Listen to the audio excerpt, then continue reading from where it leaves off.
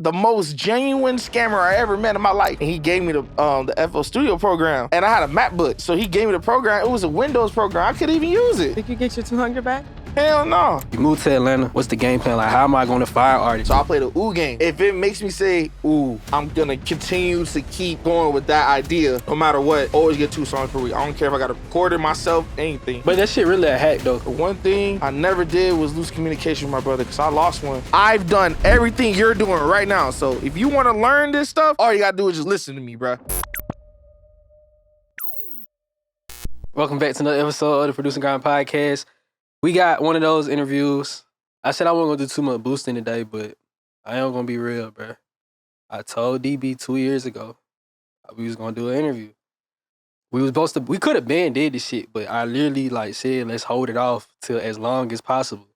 Mimi decided yesterday, let's do the interview. And I was like, you know what? Fuck it. I think it's time to do it. So we got DB here.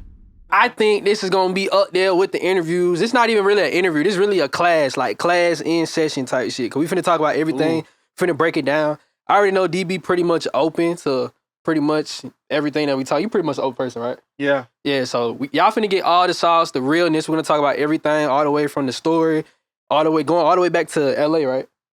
Yeah. LA coming to Atlanta. We're gonna talk about the whole just Atlanta story, grinding through the placements. We're gonna talk about the sound kits. We're gonna talk about the YouTube game. Like DB done it all type shit. So with that being said, I wanna ask you, what do you think is like your biggest contributor to your success? Like, is it the consistency? Is it the networking? Is it your sound? Or is it just your personality?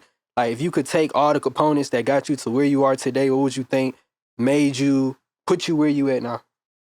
Like from my head, I would say basically being consistent, you know, but then one thing is keep bringing on my head, and like Derek be saying all the time, like relationships. Like I guess like always understanding your relationship with who, like for sure too, like even my relationship with God, like still like a relationship is very important. You can never know how far that can take you. Like I remember not so long ago, a guy I haven't talked to in 3 years, he's like, oh, hey, I just met this person. I brought you up. He finna hit you up. And I realized it was like some Nardo Wick stuff. And I was just like, oh, shoot. Now he's got me a play. But I ain't heard talk to that dude in 3 years. But I guess he gave me a play. So, like, just having, like, being really genuine to people and understand what kind of relationship other people play. You know how people say they got a friend and what's the other thing? When they're not a friend, they're called not a colleague. What's the word? Acquaintance. Like, you understand what all relationships are. I'm not saying I'm trying to make everyone an acquaintance. It's just, I feel like that's like the biggest thing. I recognize like what people mean to me and what I mean to them. You know what I'm saying? Like you brought it up too about the drum kits. Sometimes I'd be like, man, I don't want to get my drum kit out, but I be hearing, but like, bro, please help me out. You've been helping me get here and there. Like I remember making a new drum kit. TNT hit me out of nowhere saying, yo, I use all your drums on the song Great Gatsby, and that song's a hit. So that just let me know, like, maybe I am bringing a real contribution to music just because of who I know and what I actually do for myself. You know what I'm saying? So I would say, like, understanding your relationships and how to, like, hone to it. Or sometimes parting ways. It could be somebody that might be bringing you down. You probably just got to just part ways with them, respectfully. So I believe understanding what relationships are. I think that's what really came me through. I would say consistency because I'm very consistent and persistent, but it's the relationship. Yeah. So I always see you like just grinding with new artists, working with fuck ton of artists. Like, remember the days when the sweatshop with Honcho? Remember when you had BFB Pac-Man in Studio One? Just like building relationships, bro. You feel me? But with that being said, though, let's go. Oh, man, it's crazy because like I know this is gonna be a long story, but I feel like we definitely have to see it like all the way through. So really just like go back all the way to LA and kind of just talk about it. Cause bro, you was a whole football player. So just talk about like growing up in LA. How did you get into music and like what was you doing before you even started like producing? So right before I was starting producing, I was doing exactly that. I was playing football. I was a linebacker. But believe it or not, I look a little bigger, but I was a linebacker. I was playing at Long Beach City College and also high school too. But Long Beach City College, this is when I like started really getting into like understanding more of music. But I was always like a music person. Like my mom, she would like always play like stuff from Atlanta too. And we're from the West Coast. She always played Ludacris, a lot of Jeezy, a lot of Mike Jones. They used to call me Mike Jones, like, because of my waves and stuff. Like, that's what my mom would call me. So that's all we listened to in the house. We wasn't really listening to a lot of, like, West Coast stuff, I would say, which is kind of crazy now I think about it. But I would say for sure, like, I was that kid in the weight room. You know, you could pull in the aux and you can play music. Like I said, I'm around West Coast kids, so they're playing everybody that's from the West Coast. When I plug in, because I'll be in the weight room with like more than a lot of people. I was playing Uzi. I was playing like Playboy Cardi. And they was like, man, turn that thing off. But I'll be like putting people on like, man, this the new wave. So I've always been like in tune with like just like different music, especially like trap music. Like I was just so like I was infatuated by it. Like, you know what I'm saying? Like I love to dance. So me and my little brother, we was like end up dancing and stuff to it. So I feel like that's what I love about music. Like it just made me move. So, but I would say like what really got me making beats is because of sports. You know, I have my goals for that, but I tore my bicep. You can't really see it, but I tore my bicep. I tore my ACL. I got a scar on my face from football. I got multiple concussions. So once I tore my bicep and I had surgery, I was like bored. I couldn't even like work after like that. Like it was end of the season, so I couldn't even work. So my little brother, he always bugging me all the time. My little brother Nico, he always bugs me. Like he always comes in my room. So one day he was freestyling, and I was freestyling with him. But I was already like looking up type beats. Like I said, I was already like kind of in tune, like some songs and stuff. But I wasn't thinking about producing. I was just always looking up type beats. So he would come in and freestyle to a beat I'm listening to, and like one day he was like, "I want to rap. Like let's go rap." And I was like, "Man, you ain't finna go to the studio." And best believe that weekend he went to the studio and he just kept rapping. And I was like, I guess like quote unquote like the producer. I was one that was giving him the beat to rap on. Like I was looking up type beats, so you got to rap on this one. You sound fire on this. You know what I'm saying? And I remember the first song he ever produced. Actually, the first song he ever dropped was actually a TNT beat. Like way back then. We were just talking about yesterday how he was running the YouTube way back then too. Yeah. We were just talking about it.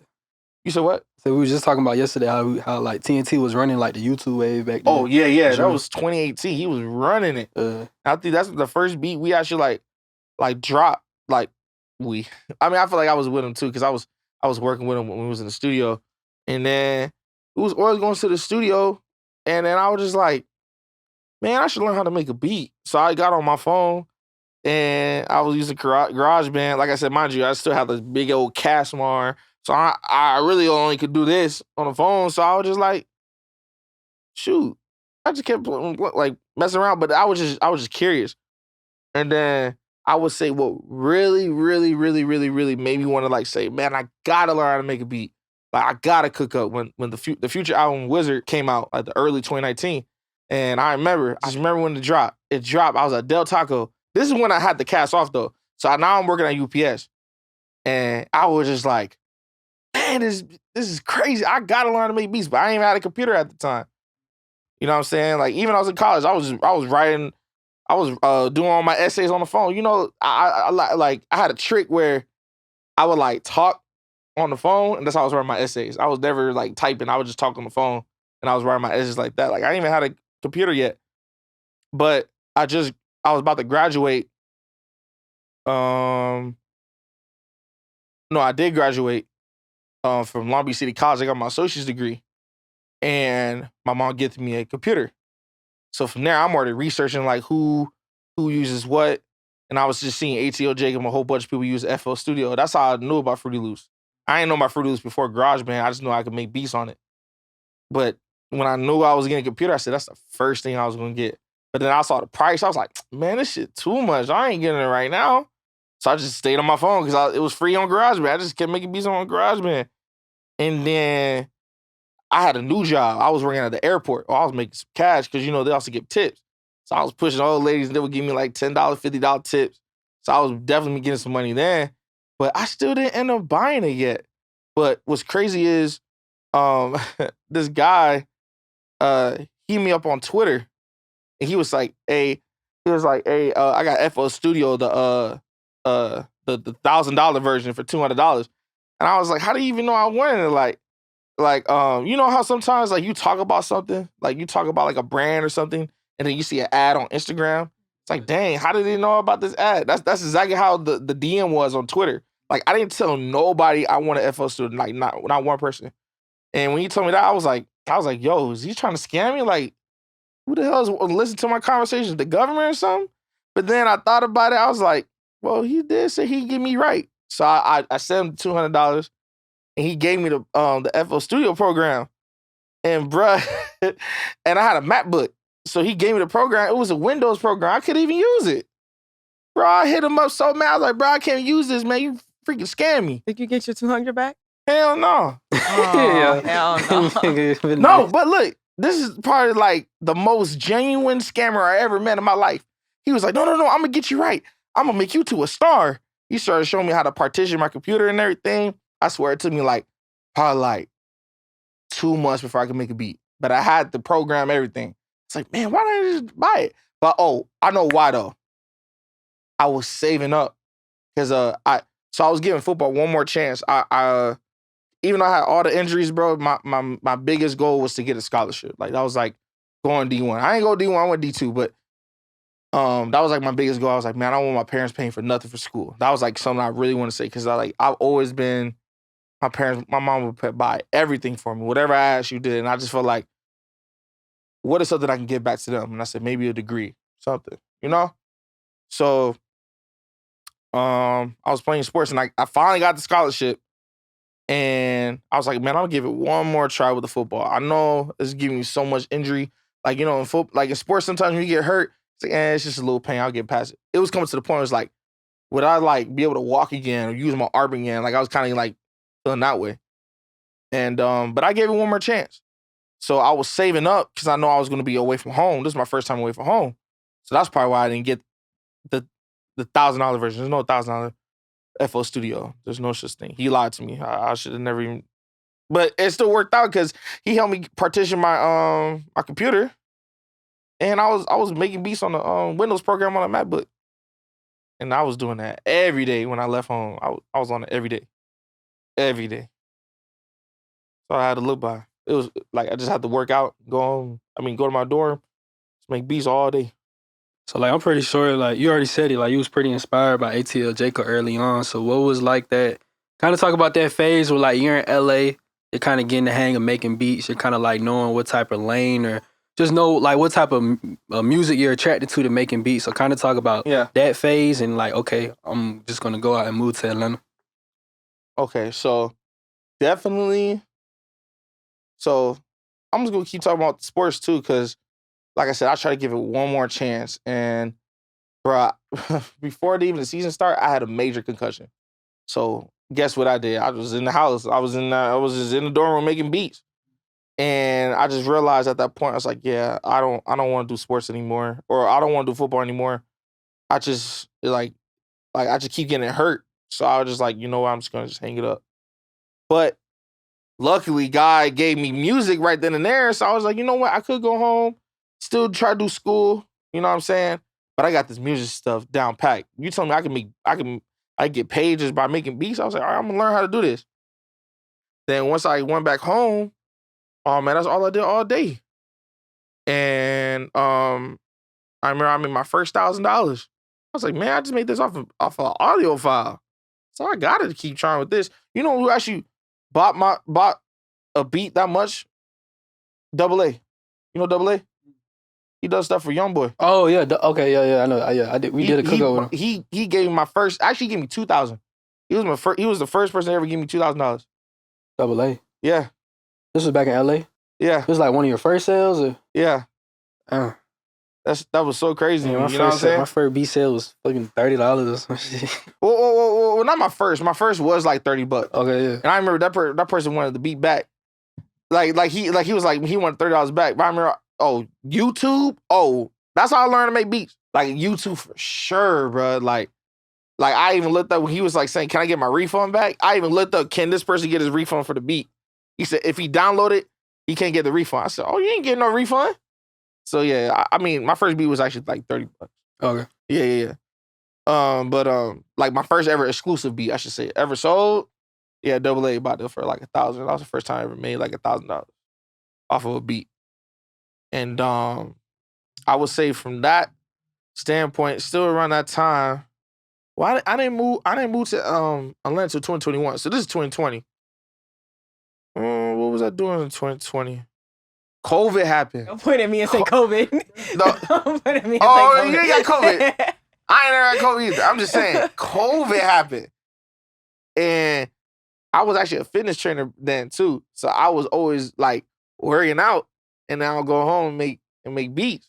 But when COVID happened, you know, a lot of people got the PPP loan. Yeah. Yeah. You know what I'm saying? So I was able to make beats even more. I was staying home even more because the PPP loan was, holding me down. I didn't even have to pay rent or nothing. Yeah, I worked at my mama's house. I was definitely one of them niggas like, bro, y'all niggas finna get locked up after, bro. I can't wait till 2022. All y'all niggas dumb as fuck. 2022 came. Mad as fuck. I'm like, damn, I should have about 3 of them bitches. But you know what's crazy? I ain't really do the whatever how they did it. I actually like had it. Like I was able to get it like my own because I worked at UPS.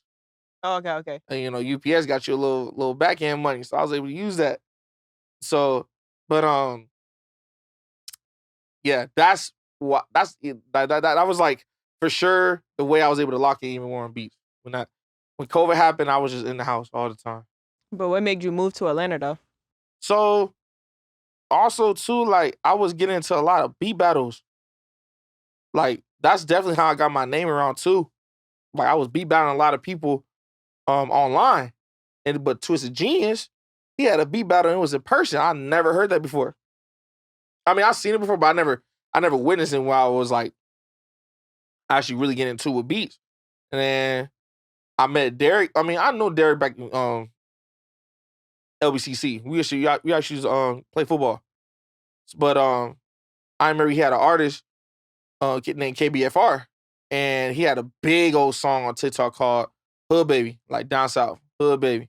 Make all the girls go crazy. Okay, yeah. KB had a hit, and I was just like, young DB trying to get it. I hit him. I said, oh, I know Derek. That's my boy. I hit him up. I said, yo, I'm trying to get beats. And then Derek, he was like, pull up on me. So I pull up on him in Hollywood.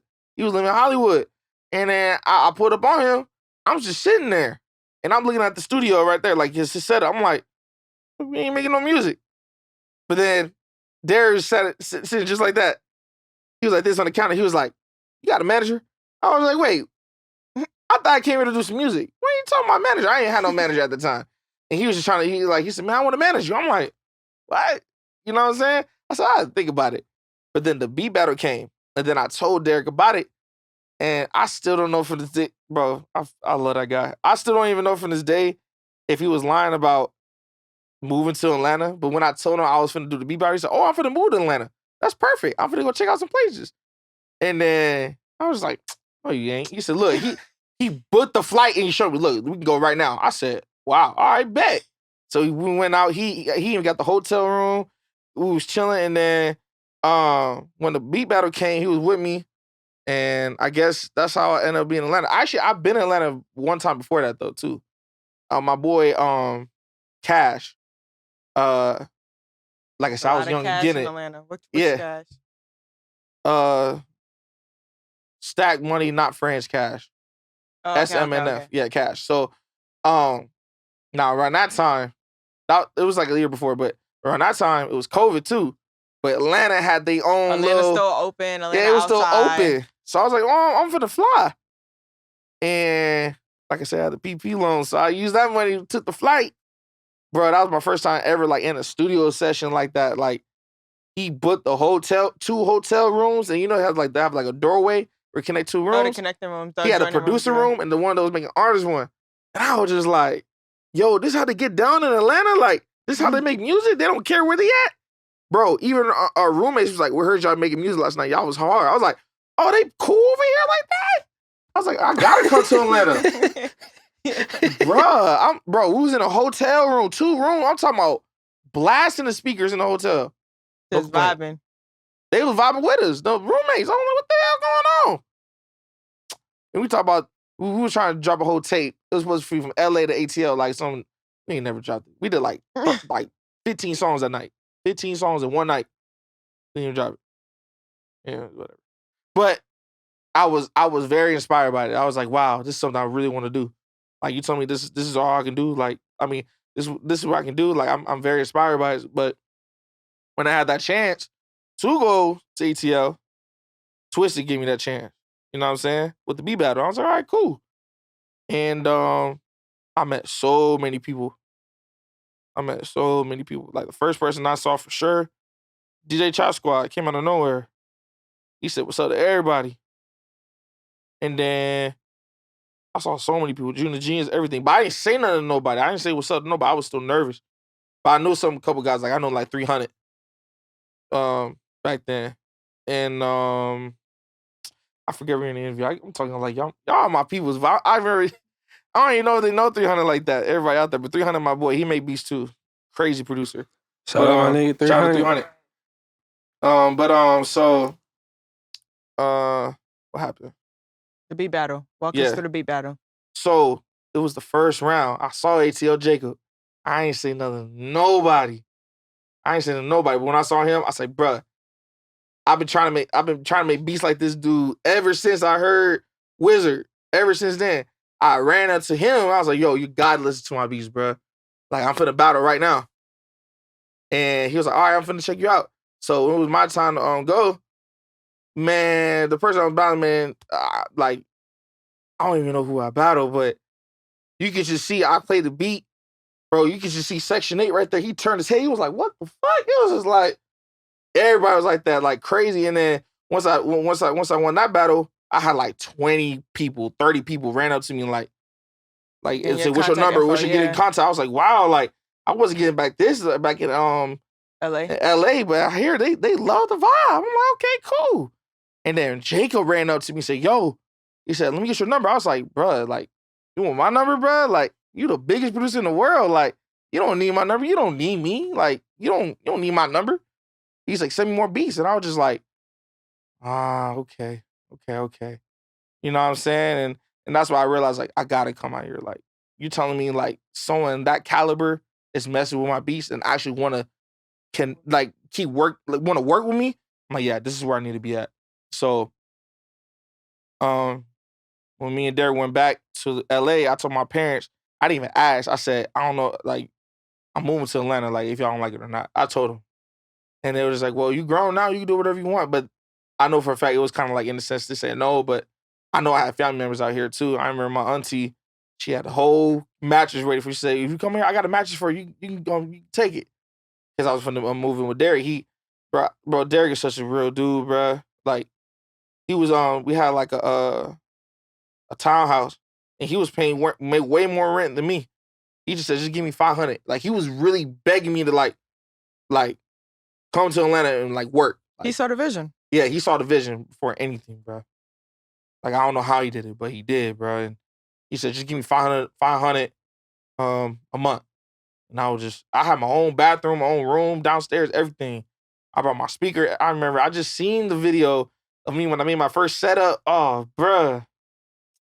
Dang. And yeah, that's how I ended up in Atlanta then. Before we get back into the video, I gotta tell you about this crazy beat battle we are doing. We're flying out one producer to Atlanta to work with Sunny Digital, DB, Twysted Genius, and a whole bunch of other producers. We're giving away $1,000 cash, a $500 PG gift card, and we're giving away an expensive pair of studio headphones. All you gotta do is click the link in the description, download our Trap Genesis beta pack, make a fire beat with it. It gotta be 100% fire, bro. And the producer with the hardest beat is gonna be the one that wins all these prizes. That's include a free collab with all these industry producers. They getting flown out to Atlanta for 100% free. All right, let's get back to the video.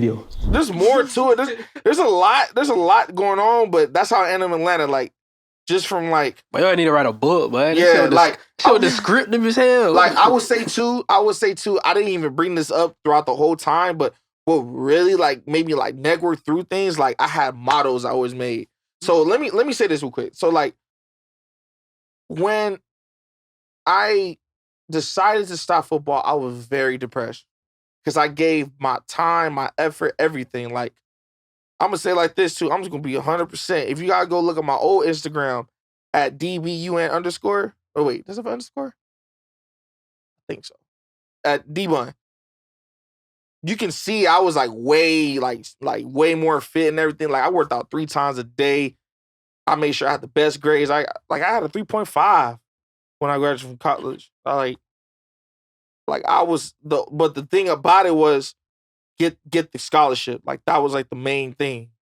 So I always had like goals. And when I realized like I couldn't keep playing ball because my injuries, bro, I was depressed, bro. And then what happened was I remember I met this psychiatrist, or not psychiatrist, I was not on pills, psychologist. But so she decided like you should like she taught me something about meditating, but I called it something different. I called it like recollecting my thoughts. Like I'll be like how you are right now, but I'll be like on the like I would sit like on the edge of the like bed or the couch, and I was just basically like not think of anything. But when some thoughts would come to my mind, I would like kind of relate into like, is that something that Darion would do? You know what I'm saying? Like, I'm gonna be honest with you, I tried all kinds of stuff. Tried, like we can talk about the bad stuff, like try stealing, all kinds of stuff. I can't even do that, bro. I get in trouble every time. You know what I'm saying? So the thing about it, I just realized like how she was telling me like you have to create yourself like mottos, like something that like a moral, like something that you will morally not do or do. Mm. You know what I'm saying? And I kind of implement that with my music, like for sure. Like a motto I had was like 2 songs per week. Like if I want to get songs with artists, I was like my purpose with my beats. I want like a song with Future. Like I want to get a song with an artist. So I told myself, all right, with this YouTube thing I got going on, no matter what, always get 2 songs per week. I don't care if I got to record it myself, anything. Always get a song done with somebody so you understand how to make music. Like I ain't gonna lie, some people might be not mad, but they were like, oh, okay, DB. But like, so with my YouTube, you know how people just kind of like steal your beat and they'll probably repost it on SoundCloud. So I will go to SoundCloud and I'll tell people, make sure you credit prod.dv. So I'll search prod.dv and I'll just look at all the songs that recorded on my beats, right? And then I will listen to what they're saying because I'm doing Future type beats. So I'm trying to listen to what they're saying, how their presets are. And that made me realize, okay, that beat makes them say this kind of vibe. That beat makes them want to sound like Future. That beat I posted don't even make the one that sound like Future, made them sound like Juice WRLD or something like that. So I kind of use that in a sense, like I'll put the beat in a folder. So anytime someone bigger or something like that comes, like, all right, I know what beat to give them. You know what I'm saying? So I kind of use it. That's what football did too. That's why I feel like God like made me play sports to understand, to get me to this standpoint. Like even with the beat battle, I was so prepared. I didn't go first place. I went second place because I played an R&B beat at the last round. I don't know why I did that. Wait, who won the first? You have to ask Twysted. I don't even remember. But I went second place. And then AO Sin went third. But everybody else I wasn't even worried about. I was worried about AO Sin. I was looking at everybody's like, oh yeah, you finna play that beat? I know I got you. Like, you know what I'm saying? But in football, I was taught how to watch film, like know your opponent. So I would just say like, even God put that in like that lesson in my head for music, like a beat battle. Like some people just don't take it as serious as it is, but me, I was serious. I had a plan. You know what I'm saying? So hey, so like I got 2 things to bounce out what you said. First thing is, I want to note like kind of like you, because you was kind of explaining it without being asked directly, was your learning process. Yeah, it's like you was learning more. Yes, how to make beats, but you was learning how to make songs. Like you was learning like, how do I work with artists? How do I make this for this artist? How do I understand the artist? And I just want to note that because I feel like now we have a lot of producers that try to outproduce for the producer, but we don't really think about the artist because we ain't really. There's a lot of producers that just think more just about, okay, the beat, make the hardest beat I can, throw so much shit into it, but your thought process is kind of like a traditional process where I feel like it's your opinion if we should go back to that, but I feel like it's something we should consider because at the end of the day, we're producing to make music with other artists. You that's see my what I'm saying? purpose. Yeah. My purpose is to make records. Like that's why I said 2 songs per week. Like I want to make like song with an artist. Like I'm trying to make a hit. Like I'm trying to go up with y'all. Mm. You know what I'm saying? Like of course I want to make like the toughest beats, but you know what I'm saying? It's also that's also a main ingredient right there. The voice, bruh. Mm. For real, man. Like I just want y'all to express your feelings how I express my feelings. Like, that's how I'm able to express my feelings to the beats. Like, I really treat my beats like diaries, bro. Like, I don't even have, like, beat 3041. I don't. My beats say, like, you was never there for me. Like, it says stuff like that, and I really meant that. You know what I'm saying? Like, you know what I'm saying? Like, yeah, like, that's what my main purpose with music was, like, to make song with an artist. Mm. And like I said, when I used that SoundCloud thing, like, I was understanding, like, okay, maybe they don't sound that great because also my beat might be doing too much. I'm drumming it too much.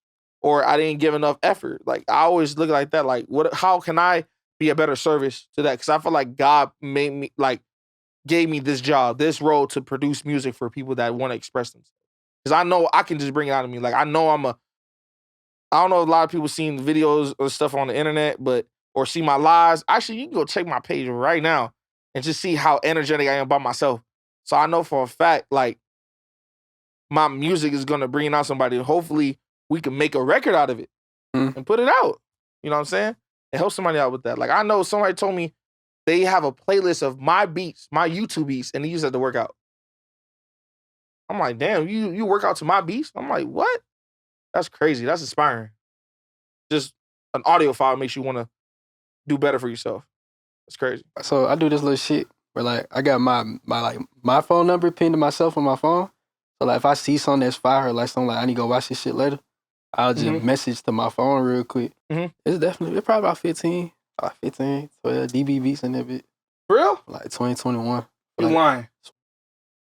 He could pull up his phone right now. I swear to God, everything. You have my beats on there in your playlist?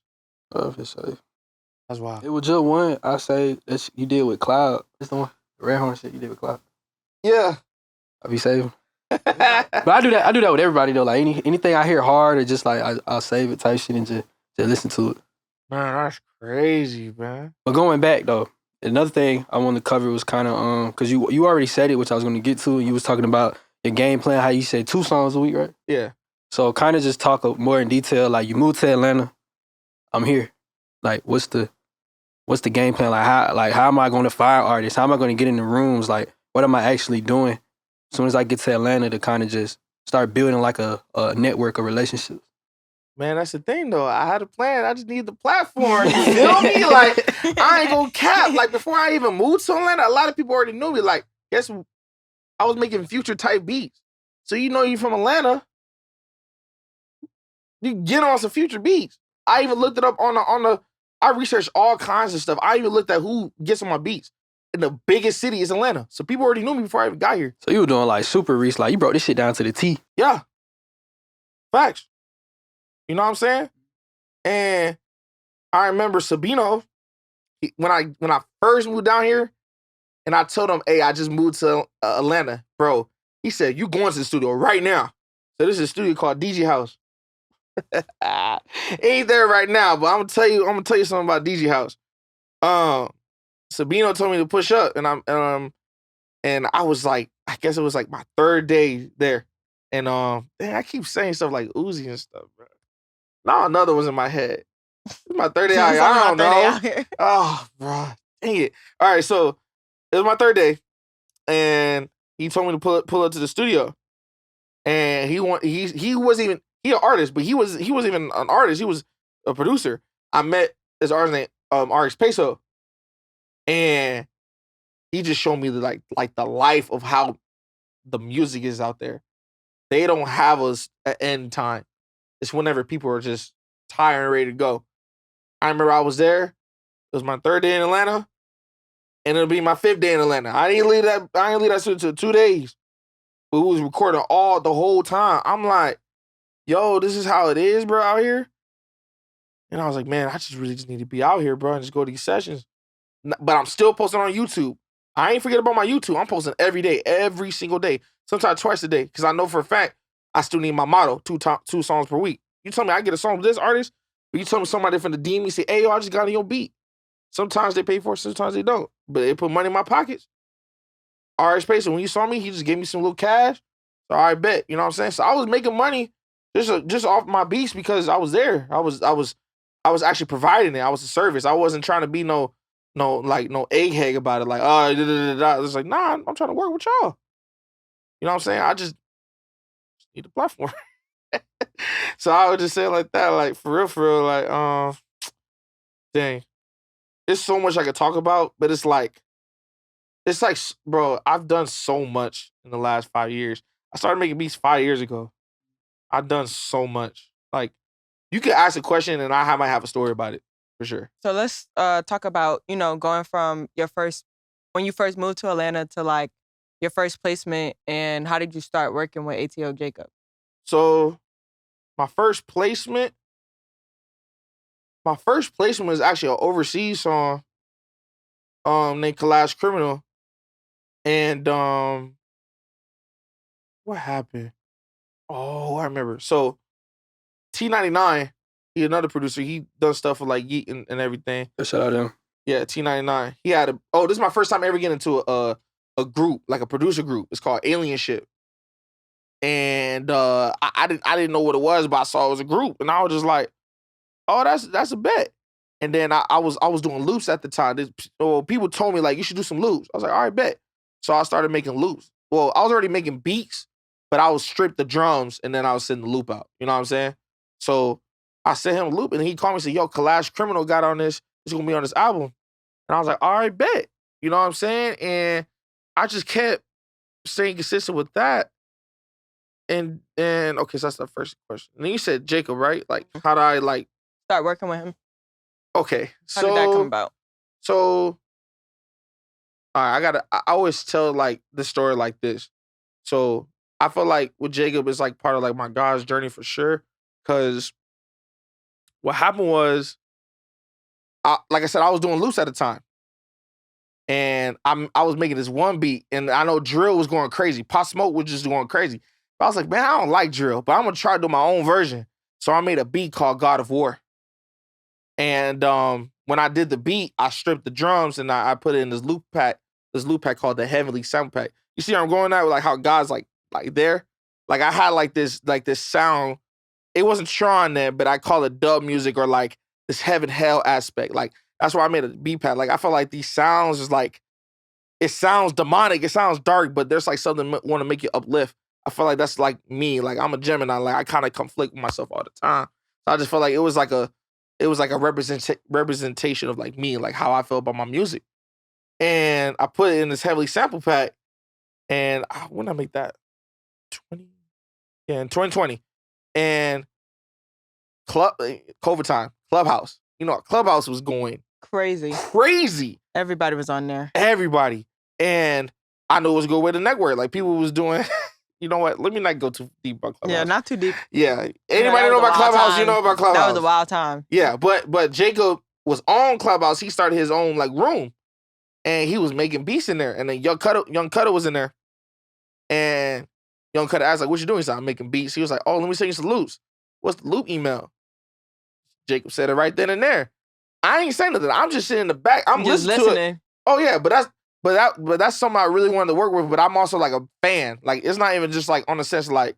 Oh yeah, I would have wrote that down too as soon as he said it. Yep. Yeah, that's exactly what I did. Like, but he said on Instagram, I got a post notification anytime Jacob goes live. Anytime he I ain't gonna lie, I'm a fan, bro. I'm a fan, bro. It be like that, bro. It be like that. It be like that for sure. Don't even. It be like that. For real. That's like anytime he go live, anytime he posts something, anything. A like, well, I don't know if you can do by a like, but you can see, no, at first you can see like photos back then. That was crazy. Yeah. But that shit really a hack though, cause like I do that shit to this day. Some niggas who I really want to like send loops to. So when they go live, I get the notification and I just text them a Dropbox link. I go back in the live and I be like, check your message. They'll pause the live and be like, bitch. Yeah. So that shit definitely a hack. Man, so when I saw him say, come join my Clubhouse, I said, oh, for sure. I'm listening to it. I'm just vibing. But then again, he said loop email. I was like, oh, yeah. So I started sending him loops. And luckily, the God of War loop was in the email. And I sent to him around December of 2020. And around that time, 2021 is when I moved. April 17th, 2021 is when I moved to Atlanta. I remember the April 17th. And like I said, I just got Jacob's number. So when I got out to Atlanta, I'm already texting him like, hey, yo, I'm in Atlanta. You know, I really want to tap in. But he just said, bet. But I remember one thing. I always kept my motto like 2 songs per week. And he told me send him beats. He said, you know what? Let me not bug him. So I'm gonna send him 2 beats every other 2 weeks. I just kept it simple on myself.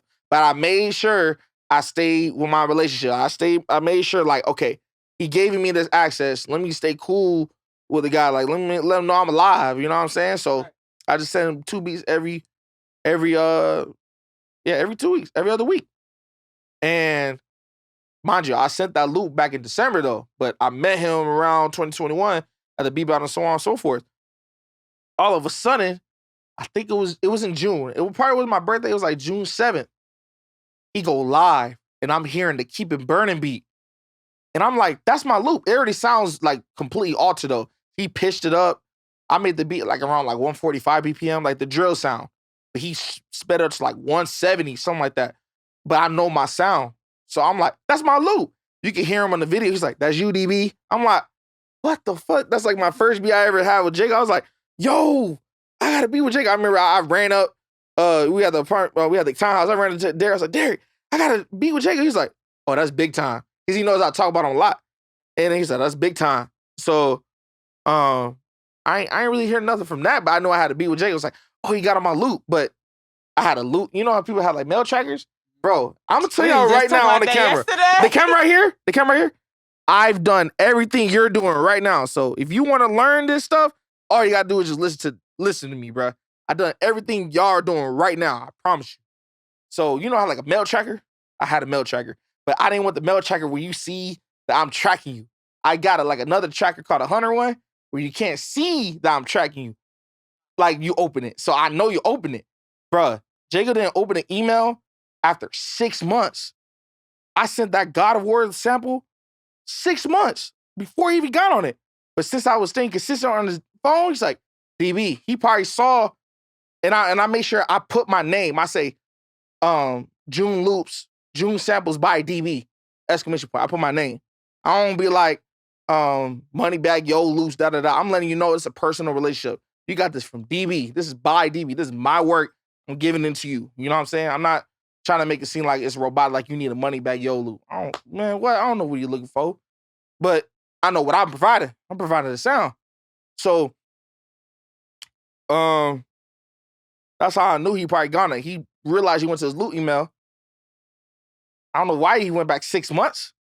He saw my name and he got on it. And then that's how Keep It Burning happened. For real. I mean, I can even go even deeper. I'm gonna go even deeper. So around this time, I'm already doing more beat battles. Jacob decided to do his own beat battle on live. I said, I gotta do this. He put a price on my head. He said, anybody that beat DB, I'll give him $500 right now on live. Nobody beat me. And then the next day, he's like, I want to sign you. I said, oh, for sure. You know what I'm saying?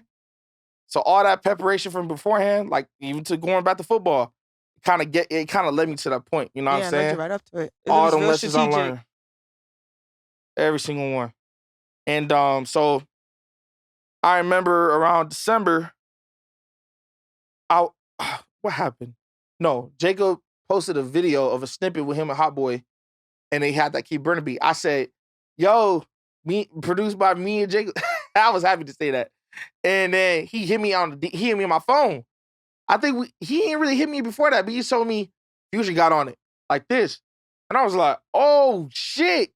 Future, you're telling me my favorite artist now got on the beat we did? Like these are the, you said like before you even moved, like, you were making your beat sound like Future. Yeah. And then you come to Atlanta, you got a beat with Jacob, Future gets on the beat. Like, what is that feeling? Bro, how the fuck did I do that? Manifestation, God, like you said. Crazy. So Donda's already happening, right? And Kanye was working on Donda 2.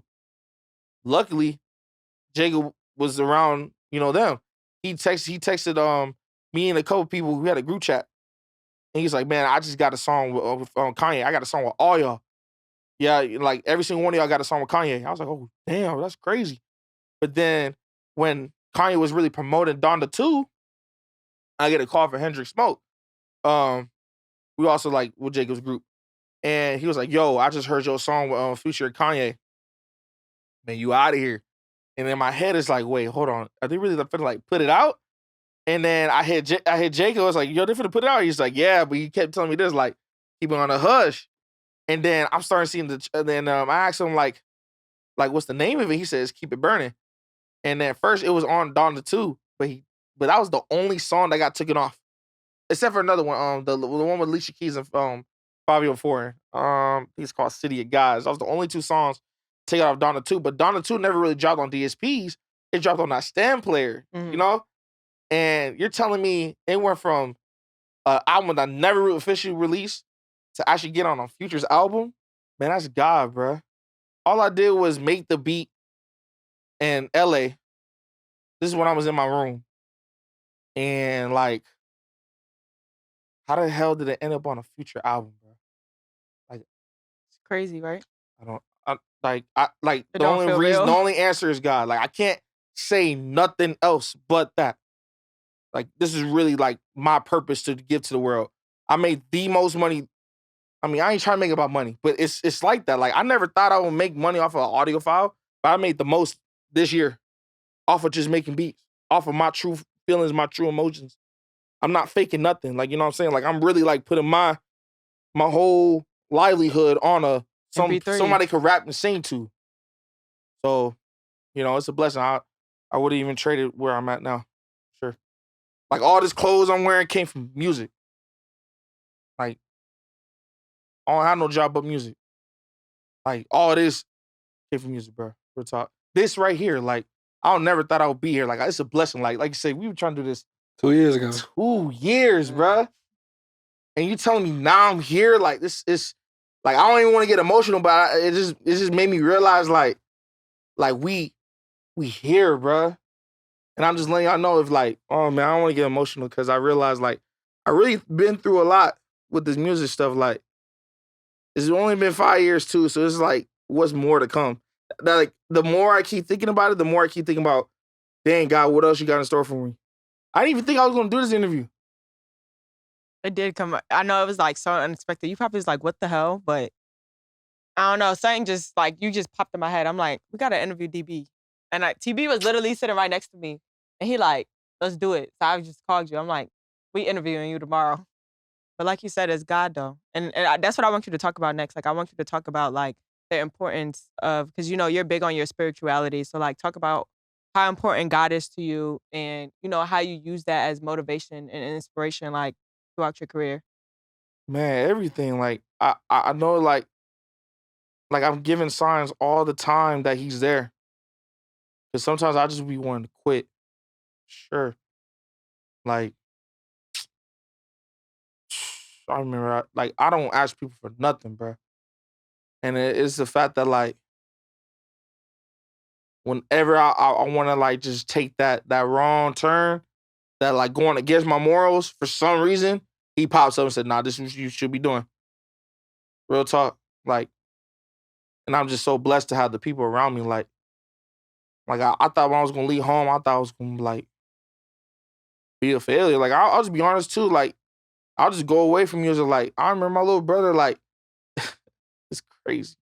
I'm finna say this, but I'm pretty sure somebody can relate to this. My little brother was doing the thing first before me. Football, he was doing that first. He was the one that was going crazy on the football field. He was the one getting all the accolades. Me, I'm just the kid inside the house playing freaking Crash Bandicoot. But then I decided to make, play football. And then I'm the one that got the scholarship. He ended up not doing it. I ain't trying to put my brother on blast. But that's the thing, though. I realized, like, in a sense, like, damn, where was I going with this? I'm just going to keep talking. Just let me talk, I guess. I don't even know what I'm saying, but I just feel like I just got to explain this because it's just everything is full circle. Like, but that's why I cherish my brother so much, because if it wasn't for him freestyling in my room, bugging me all the time, checking up on me, like, it's crazy because I remember when I was sleeping, this kid would, like, scare me. Like this kid would like crawl and like, in a sense, he wasn't even doing that like to scare me. He was just letting him know, like, man, you're my brother, I'm alone. Like, let's, like, can you wake up? And, like, I'm awake. Can you be awake with me? Like, he calls me all the time. He calls me every day. He called me today. You know what I'm saying? Like, that's like, of course, it's my brother's family, but, like, in a sense, like, that's someone I could tell anything to. It don't matter what it is, what time of the day, he gonna pick up that phone. Like, and I cherish him because I remember when I was out here in Atlanta, I had no car, but my car was in LA. It was my birthday. My brother gave me $1,000 out of his own pocket. He said, man, go get that car out there in Atlanta. Go do your music. I ain't had no place or nothing like that yet, but he believed in me. So I really believe, like, when I'm saying, like, the biggest thing for real is, like, relationships. Like, there's a lot of people that fall out with their brother, sister, mother, father, and stuff like that. But one thing I never did was lose communication with my brother, because I lost one when I was younger, man. He died in front of my eyes. So that's all I got. You know what I'm saying? That's the only brother I got. For real. And he was next door. Sometimes I'd be like, I don't want to talk to his ass. He still won't let it happen. He'll walk in my room and say, what's up? So, like the support system was, like, there for real. Like, I don't know. Like, that's crazy. I'm sorry. I'm, like, talking, but I'm, like, thinking at the same time, like God really put me in this position to help others while I'm doing what I'm doing. Because, like, I was really out here with no car. And then my brother was like, here, go get your car shipped out there. And the day I got the truck, supposedly my mother and my brother was out there. He didn't even know it was coming that day. They just said, oh, it's coming today. And he just happened to be there. Like, I don't know. My mom gifted me a phone because my phone was broken. I said, Mom, I need a new phone. I got no more storage. Like, I'm making moves. I've been working with ATL Jacob. It's like, I'm going to get you a new phone. Like, you know, some people ask that, they'd be like, nah. Like, but like, I know for me though, I never really asked for nothing. So my mom say something, my brother say something, like, they know I truly, like, gonna put the work in. Like, so that's what I'm saying, bro. Y'all just need, like, a great support system. Like, it ain't gotta be from, a brother and everything. But, like, I'm just saying, like, my bad, y'all. I'm just thinking too much. I be telling people all the time, bro. Like, and sometimes I don't want to be coming out wrong to people, but some people come to me in the DMs, or when I just talk to people or be on video call with people, they'll be like, man, I'm going through this and I'm going through that. Or, you know what I'm saying? Like, I'm trying to grind my way through it, but what do I do? And it's like, bro, are you really grinding? Are you really passionate about it? Like, Yeah. Do you really love this shit? Do you really like this shit, bro? Like, what do you, Yeah. You know what I'm saying? Like, I could see certain people like you and other people like, you know what I'm saying? This is what hard work really is, you know what I'm saying? Like, Yeah. You got to be consistent. It ain't about, oh, let me just be consistent. Or let me just move my mouth and talk to people. But you literally got to hit this shit from all levels, bro. Everything. That's what it is. At the end of the day, bro, besides whoever your support system is, whether that's your family or that's your best friend, when you walk out that room, bro, them niggas who was in that room don't really give a fuck about you, bro. Bro, that's just what it is. That, bro. That's what it really is. So at the end of the day, like, you got to believe yourself, like, cause like, okay, it's a little thing you said when you was like, the beat battle shit, when Jacob was on live, you was like, oh, I gotta go. And you knew you was gonna win. Half producers don't have that confidence, and if they did, they'll be in way more opportunities than they would. Yeah. You see what I'm saying? Yeah. So it's just like little shit like that. Like, if you're gonna do this shit, but you gotta hit it from all levels. You really gotta believe in yourself. You gotta understand at the end of the day, like, motherfucker can't hold your hand and walk you through that shit at the end of the day, bro. You know what I'm saying? Like with Mimi, I was telling Mimi, like, bro, give me a placement, bro, please. But at the end of the day, nigga, I gotta send the beat. I actually gotta communicate and be like, hey, Mimi, I'm here. He never sends hey, guess what? But you got your first placement with me. Yeah, you told me. I think we all got a placement in the song with B Slime. I know, bruh. I remember Come on now. That's God right here, bruh. Y'all see? You remember that? Y'all keep. What TV said I'm not a producer. Y'all see that? 2 placements, y'all. Now I'm up to 2. Watch out, bro. Come on, bro. I remember I showed this song. I was like, oh, this is my first placement. You gotta like, believe in yourself. You see, bro. They told me I wasn't a producer, but I believed in myself. Oh, she made the hardest cake pattern on my Y'all, she want an apology. So since I'm wearing the shirt, yes, I was tweaking. You know what I'm saying? Period. But just that day.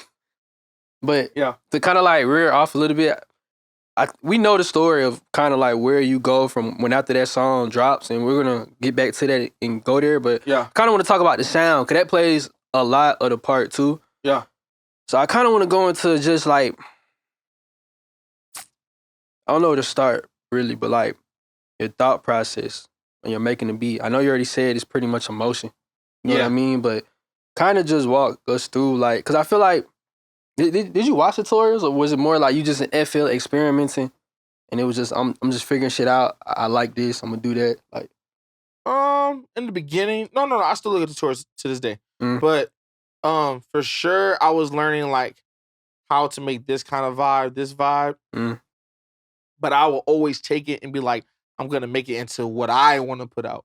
You know, like I for sure, like the drum kits that happy scammer guy, because he gave me like VS, excuse me, he gave me like VSTs also and some drum kits. So I would like kind of listen to what they use, and that's how I learned about the Spins 808 by watching a ProducerGrind interview. I was like, oh, this is what they use to make that kind of vibe.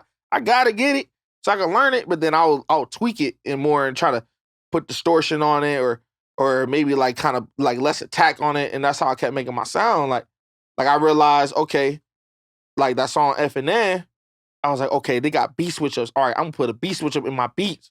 So obviously I was doing some producer stuff. Like I kind of realized nowadays, I don't think they made a beat switch up in the beat. They kind of did while I was making a record. But I was like, bro, I'm trying to make I want to make an F and N type of song.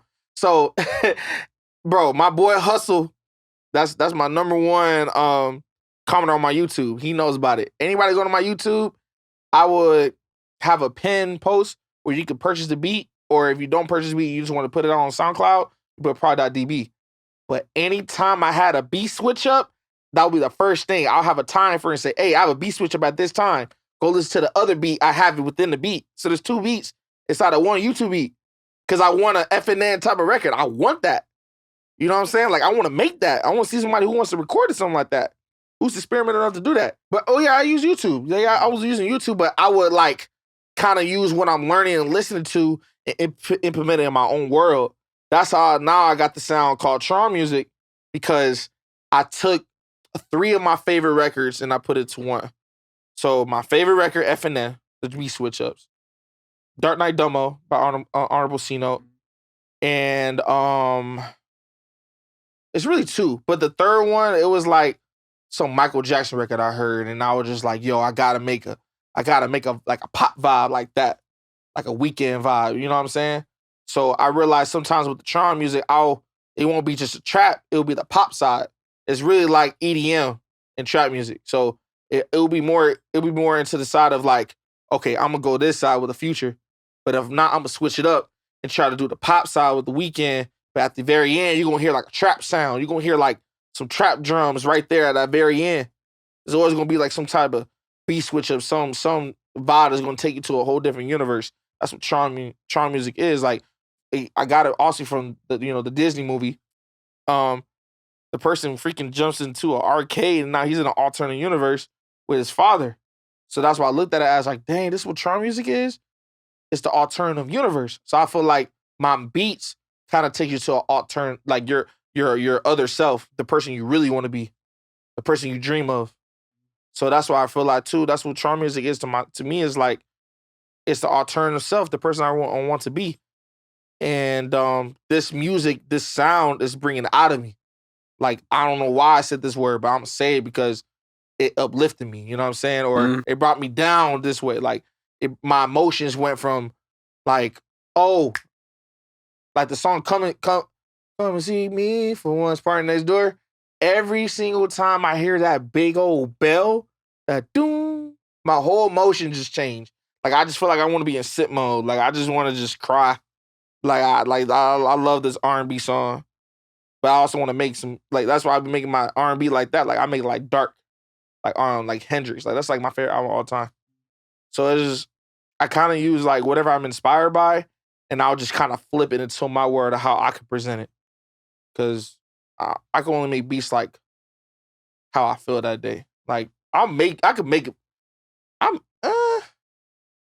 beats every day, but I gotta be in that mode. Like, I gotta be like in that right vibe. I'm not trying to make a tight beat. I'm trying to make like whatever expression I have that day. Sure. Like when I got my first breakup, bruh. Oh boy. Oh my God. Oh, I was just making stuff at 118 all 2 months. I want to go ahead and talk to you about a free pack that you could download. The link is going to be in the description, and it's called the Trap Genesis Beta Pack. This is a free pack that is over 3.5 gigs full of sounds, including melodies, drums, midis, drum loops, all types of stuff. So with that being said, make sure y'all go download that free kit. Now let's get back to the rest of this interview. Being just me, this is just my opinion. Just being a listener of trying music and stuff. It's two things that stand out to me with your music. On the melody side, it's the way you and Cloud, manipulate audio. Yeah. And then the second is the drum bounce. I kind of want to talk about it. I'm not saying just, you feel me, don't give out all your shit, but I just want to talk about kind of like, what are you thinking? I know it's kind of hard to explain it if you don't got FL directly in front of you, and that's why we do the cook up, so y'all can see that side without, just see it visually, but just on the podcast, like, what is your thought process experimenting with drums and just kind of just using the piano roll to do the drums and kind of like sound design? I remember we was at Tory crib one time. I don't think you remember that. It was on my birthday. We was at Tory crib. And nigga, you was like, I'm finna just make a snare. And you did that shit out of white noise. And Edison, you remember that shit? Yeah. Like, just kind of just talk about you experimenting with sound and drums. Well, I'm like, that's the thing. Like, I be hearing music. I'm like, man, I want to make something like that, but I don't want to copy them. Like, I'm not trying to be a copycat. Like, you know what I'm saying? Like, I ain't really trying to do that. That just means I don't. That just means I just want to get like, I'm just creating like this little gimmick. Like, I ain't trying to be a gimmick with it, I would say. But to go into more in depth, I was talking about it earlier, like with the drum bounce and stuff like that. I kind of like I said, I like to dance, and then I got like a head bout like this. Like, if y'all see me, I'd be like this. So I be trying to make beats that's going like swag out. You know what I'm saying? I'm trying to swag out with it. You feel me? And then also, like, me and Cloud, if you go back to what the trance is, like we treat the cut of audio like samples. So we told ourselves, all right, we really don't want to sample a song that's already out. We want to sample ourselves. So we'll make the melody, and then we'll bounce it out, and then we'll chop it up and take that sound from, if you got FL Studio or even on Logic, like you got like bar 1. All right, I'm gonna keep that sound on bar 1, but I'm gonna go to bar 29 and I'm gonna put it in front of this, and it's gonna sound totally different. Like, one thing about me, I love vocals in my beats. I was about to say that. I love to chop it. I love to chop it where it's like, all right, so I call this like my T-Pain. Like, it gives you like a little pain vibe. Like, chop and screw. Yeah, like chop and screw, chop and screw. So you'll hear, like, even the 350, you hear the da da da da. That's me like breakdancing. That's me in my own room, in my own era.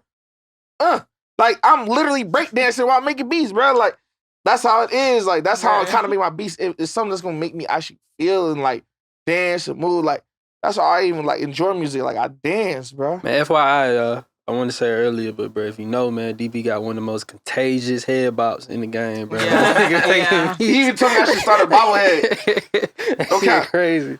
But no, it was definitely like, I was gonna say about the vocal samples, like how y'all flip. I remember when we did the first cook up on ProducerGrind. Yeah, bro, you did some shit. It was like 2 things you did. It's crazy. I feel like you know all the shortcuts, bro. But I remember the shit that stick with me is when you showed me that fucking snap to you could just type on the keyboard and every note in the keyboard. Remember we was in you can play every key. I was like, bro, how the fuck you did it? And I literally paused the video. I was like, nah, you gotta show me that real quick. But then I remember we cooked up at the cooler. It's like every time we cook up, you always like, you'll make it and you'll just be like, okay, I came up with this MIDI idea. Let me just do some random shit and just see what it comes out to. So you'll like flip it or like flip it upside down horizontally, or you goddamn randomize it and shit like that. I'll like, definitely put it through Portal. Oh yeah, for sure. I remember them days too. I love Portal. Yeah, for sure. Yeah. So like, I don't know, melody process. What are you thinking when you like trying to complement the melody with the drums? Like, what's too much? Because I want to use you for example. I feel like you're a very good balance on doing too much but not too much at the same time. Yeah. You see what I'm saying? You know what's crazy? And I'm gonna be honest, my biggest records are really my loops, bro. It's not even my drums. But I love doing drums. But that's what I realized too. Sometimes that's how I'm able to create that story. I have to do the drums or I have to do the melody to create that. So like, even when people say, man, we gotta collab, bro, it's like, I wanna collab with you, but in a sense, like, bro, like, I'm kind of expressing it. Now, I do use loops and stuff and like other vibes to like, as a tool. I don't use a loop as a whatever you call it, quote unquote loop. I use it as a tool to bring out whatever canvas. Because this is my painting. This is how I'm painting my picture. You know what I'm saying? Like that's how I look at it when I collaborate with people. Like what things I don't have, what tool. I don't know how to play the guitar, so I'll call my boy Luke Leaf, like, hey yo, I need a guitar right here to make this vibe sound like this. You know what I'm saying? But I don't know how to play the guitar. But like how you said that the piano thing, I don't know how to play the piano. But when I need to like kind of do like a lead, like a Mike Dean lead, I'm going on FL Studio. I'm about to right click that piano. I'm gonna put it on the scale, and I'm going to the Panasonic scale. And then I'm going on the keyboard. And I was like, oh, you just did the Mike Dean thing. I did, because I learned. You know what I'm saying? Like I kind of like just like I be researching too while I'm trying to present how I feel that day. So whenever I'm researching, I'm like, oh, I remember how I did this. You know what I'm saying? You know, you taught me something that day too, though, right? Like how to keep everything like in stretch. Oh yeah. I do remember that when I I do that every day now. Yeah. Every day. You know what I'm saying? Like, but I learned from my experience. Like, I ain't gonna lie. Wait, why do y'all do that? Keep everything in stretch. So like when you change the tempo, you ain't gotta change everything. Like, I change the tempo a lot. Like every like minute. Kyle just showed me some shit where like he just changed the pitch of the whole FL and everything pitched down. Oh yeah, I use a sound shifter. But I learned that through Max Shooter. It's not sound shifter. It's something. It feels like a knob on top of FL, and he just changed the pitch on FL. Oh, I know you're talking about. You know, like when you click the sampler, it'd be like enable master pitch, where it'd be like loop points and shit.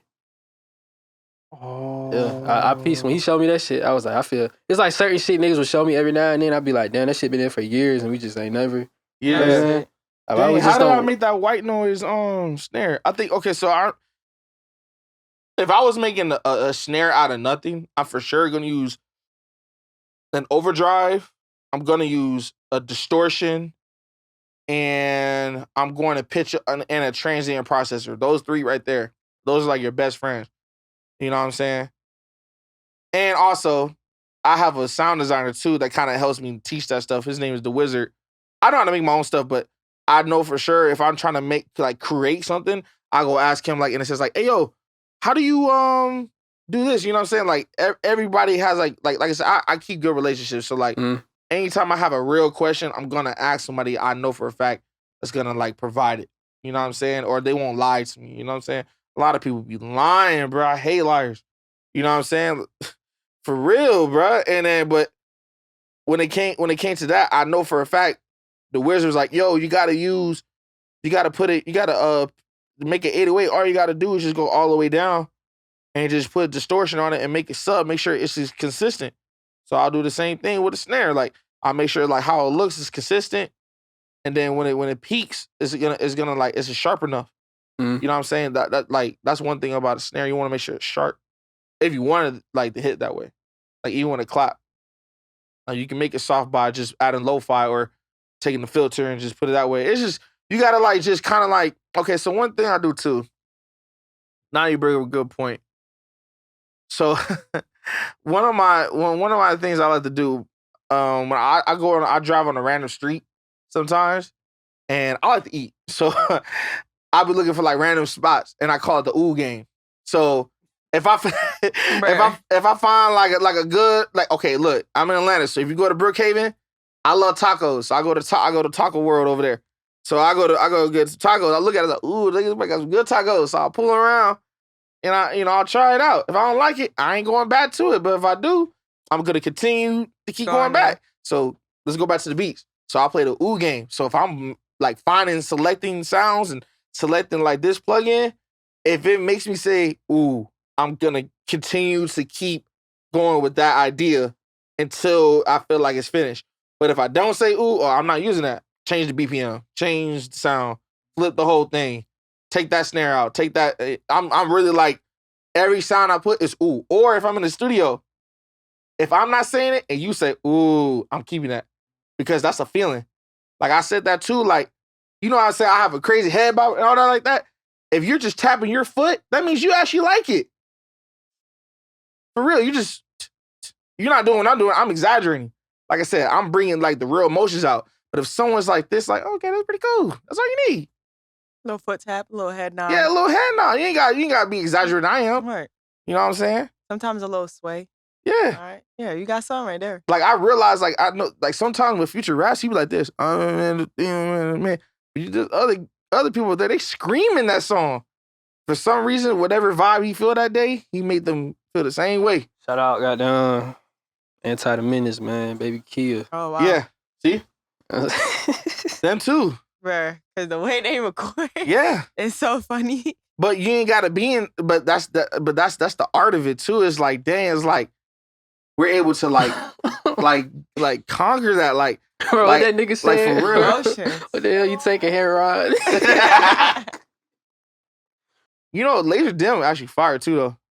I don't like that nigga. Every time, like, bro, I swear to God, I'm Stop not saying kidding. you don't like people on camera. No, Not like that, but like, I swear I get a DM once a week and it'd be a producer, be like, Laser Dim head that nigga, and I'd be like, bro, watch out, bro. wait, hold on, why? I don't know, bro. They just, when niggas get, you see how that nigga about to cry? Like, bro, when they get the roast of me, they be like, man, fuck it, I don't even want to talk about it, man.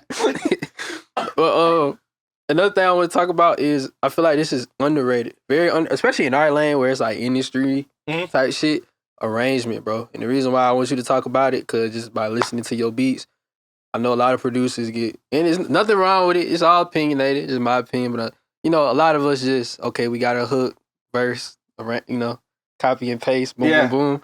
But like your arrangements, they tell stories, low key. Like you got your bridges. Nigga, it be times you had 2 different bridges, not even copy and paste the same bridge. So just kind of talk about like how you arrange or how you just move from left to right in the playlist when you. And you know what? That's probably the first thing I say when someone go in the studio. And I feel like it's sometimes ignorant, but I be telling people like what I'm there for. I'm helping to like create a story. I'm not there for you.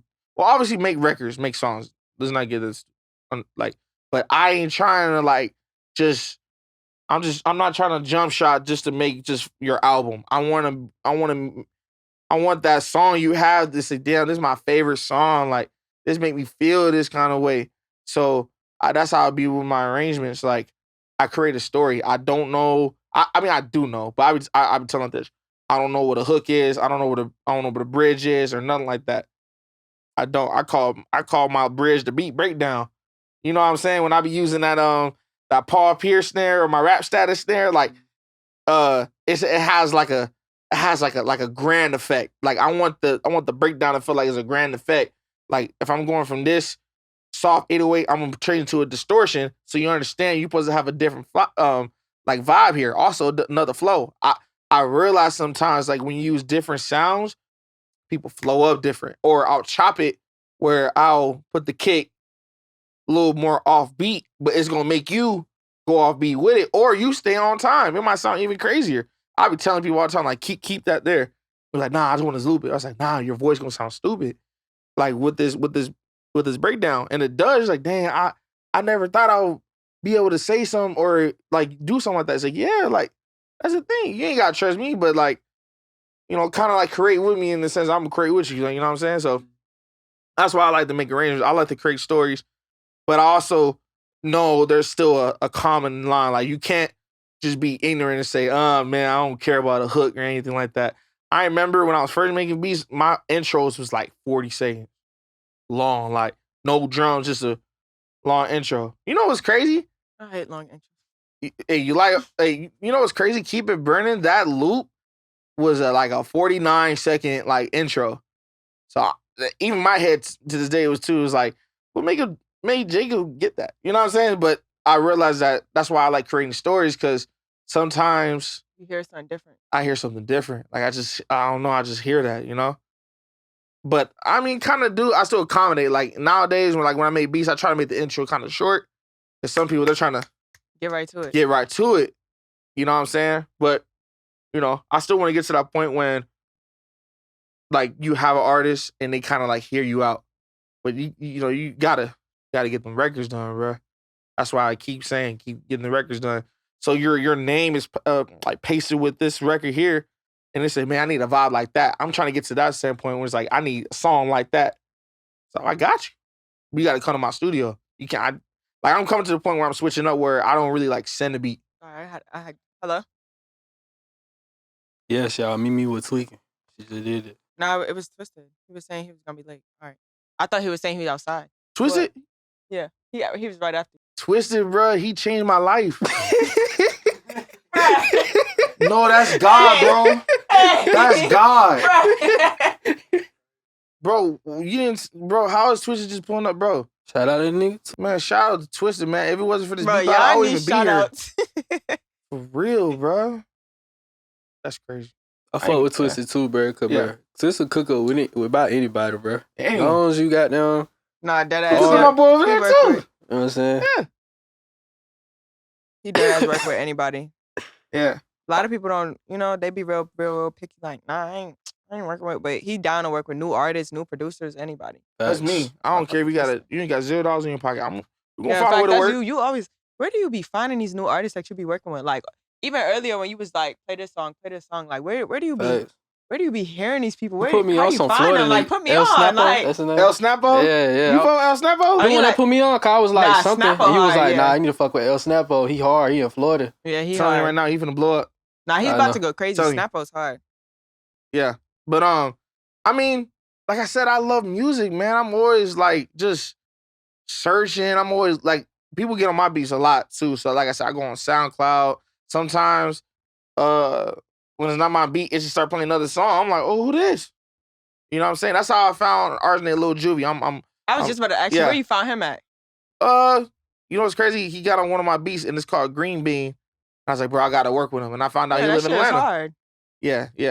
Like he hard. I ain't gonna lie. Like I'm working with him now. Hopefully, like next year, 2 years from now, he would. I'm not saying he's trying to be like A-list, but he gonna be up there. You know what I'm saying? He hits me all the time, bro. I just want to make music all day. I was like, I got you, bro. Mm-hmm. You know what I'm saying? That's what I'm saying. I want to be somebody where, like I said, God gave me this purpose to do music. I want people to feel like they could be themselves, which is if they want to do music, you can. You can make a living out of this. Like I'm a prime example of making a. I've been living off beats for 5 years, so you giving back to music. Yeah, you know what I'm saying. So I'm a prime example that you can do it with music. You can. I don't care what nobody say. If you really want to do the music stuff, you can.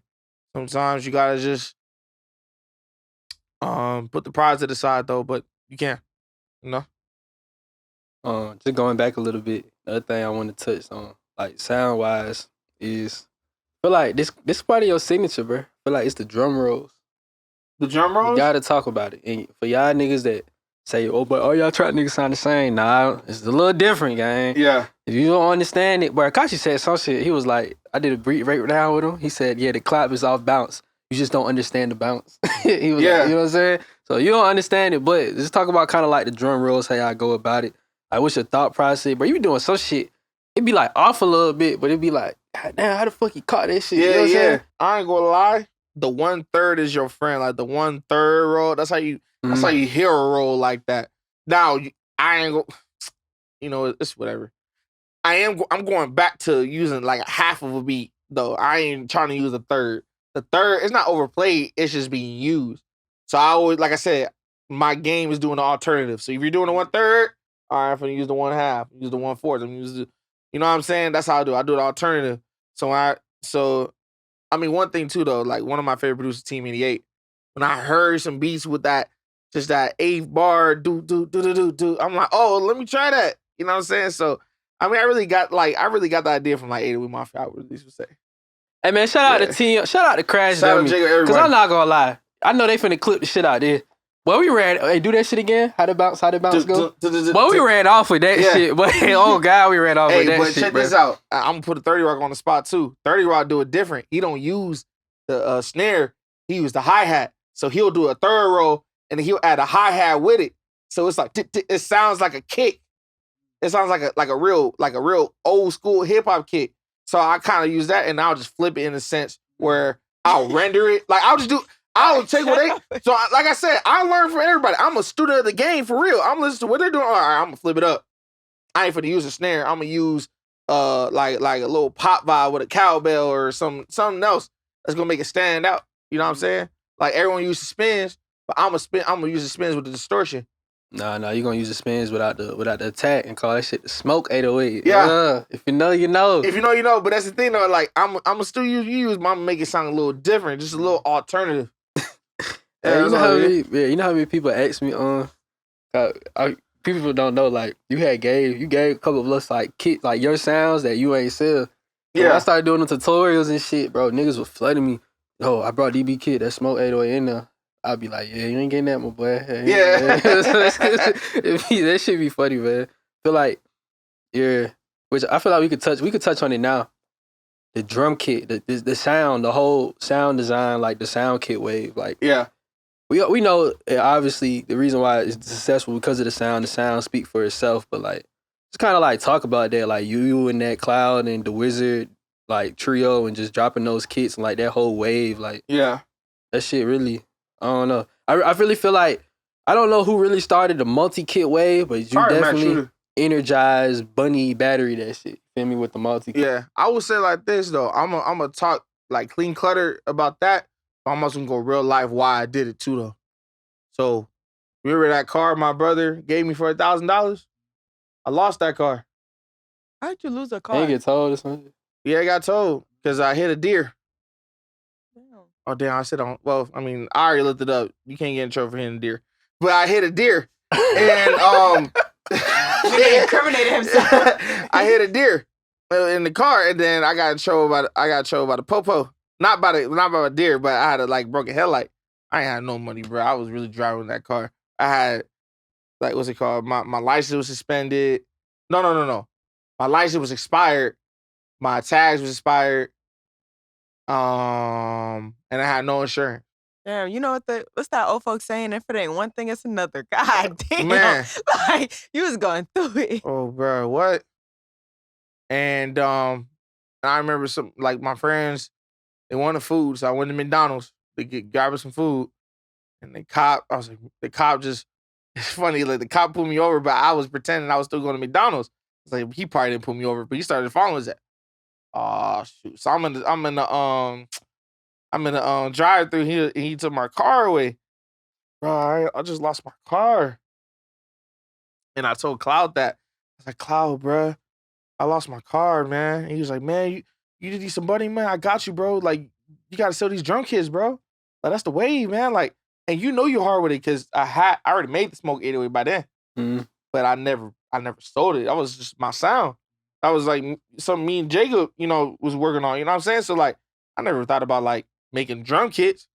But he told me, he was like, bro, I know you're down bad, bro. Just come do this drum kit with me. Like he was begging me, like, come on, bro. Like, I don't want you to see like this. He would tell me like that. You know what I'm saying? That's my real brother. Like for a Cloud, that's my real brother.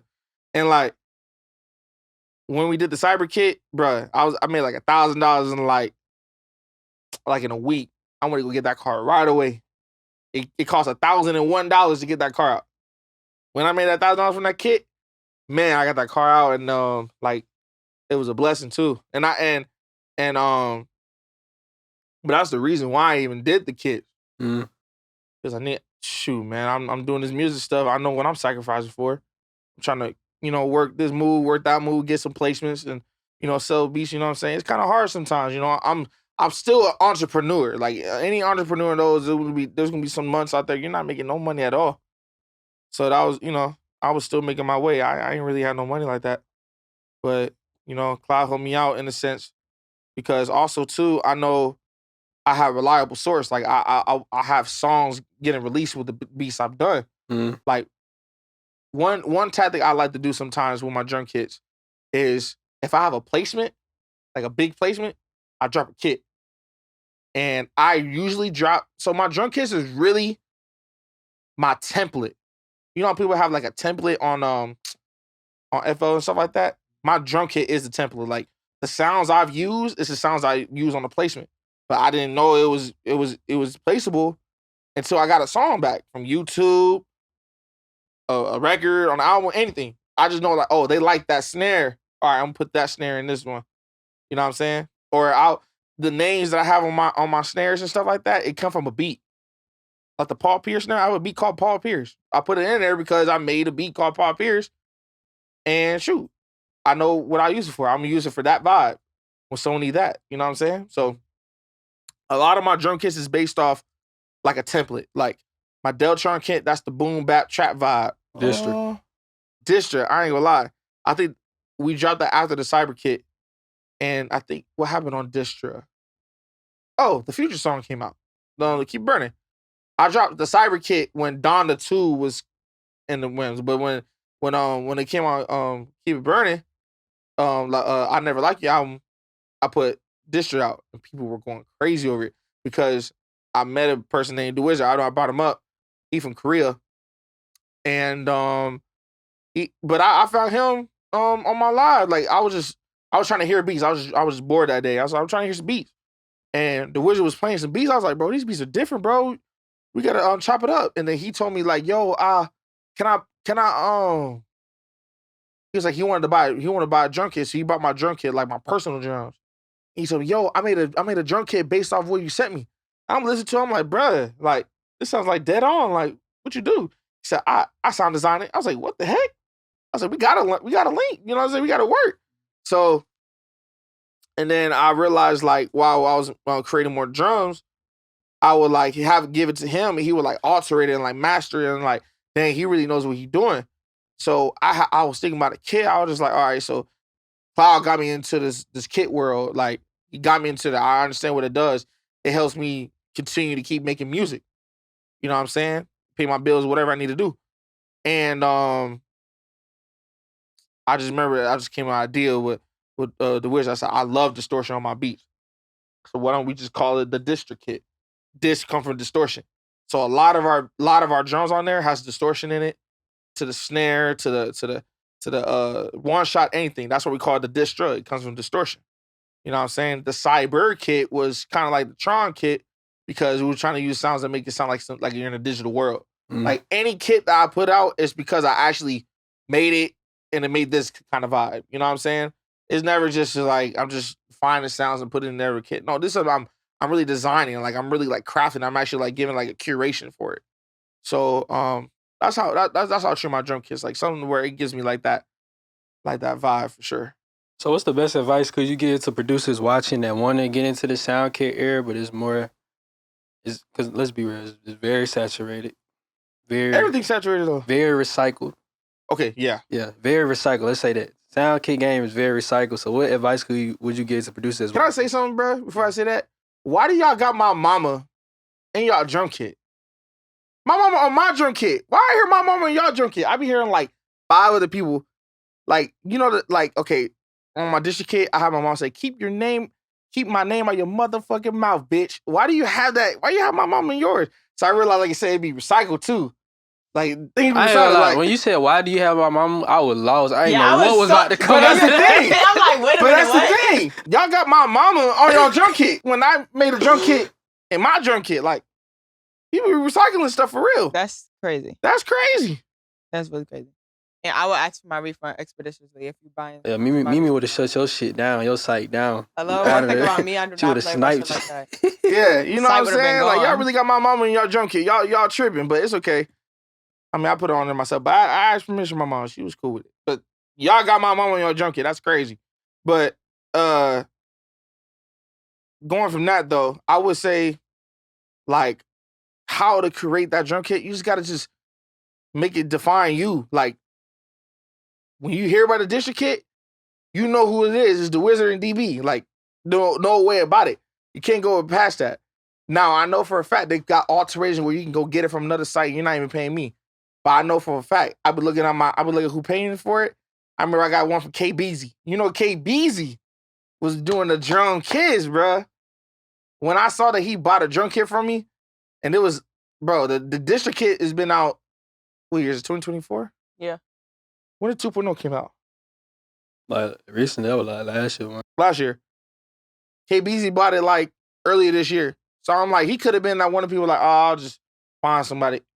He could have just, had somebody send it to him on the download. Nah, he purposely bought it. So I could tell he respected it. You know what I'm saying? That's why I realized you want to give somebody something that, they actually feel like they're with you. And like, that's why I feel like when people like invest with me, I know for a fact that they're trying to create that vibe that I've been creating in my room all the time. You know what I'm saying? Like, dang, how do you make this sound, that sound? You know what I'm saying? Like, yeah. Like, I've been telling like this too. Like anytime I'm on live cooking up, man, we didn't even get into that either. Me on live all the time. Yeah.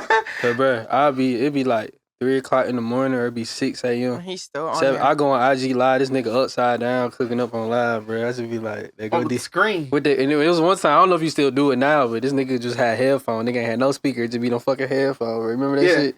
I be like, that nigga cooking I still do up, that to this day. I was on IG Live cooking up about like 2 days ago. You like consistent with it too, like Yeah. Why IG live? Why not like YouTube? or Twitch? You know what's crazy? You know why? It's alternative. That's why. But to go more in depth, I know for a fact people scroll on their phone on Instagram. If they go through the story and they go to my live, the first thing they're gonna see is me making beats on live. And you know the first thing they're gonna say? Oh, that boy working. So they might hit me on the side. Hey, I just heard that beat. Can I get that beat?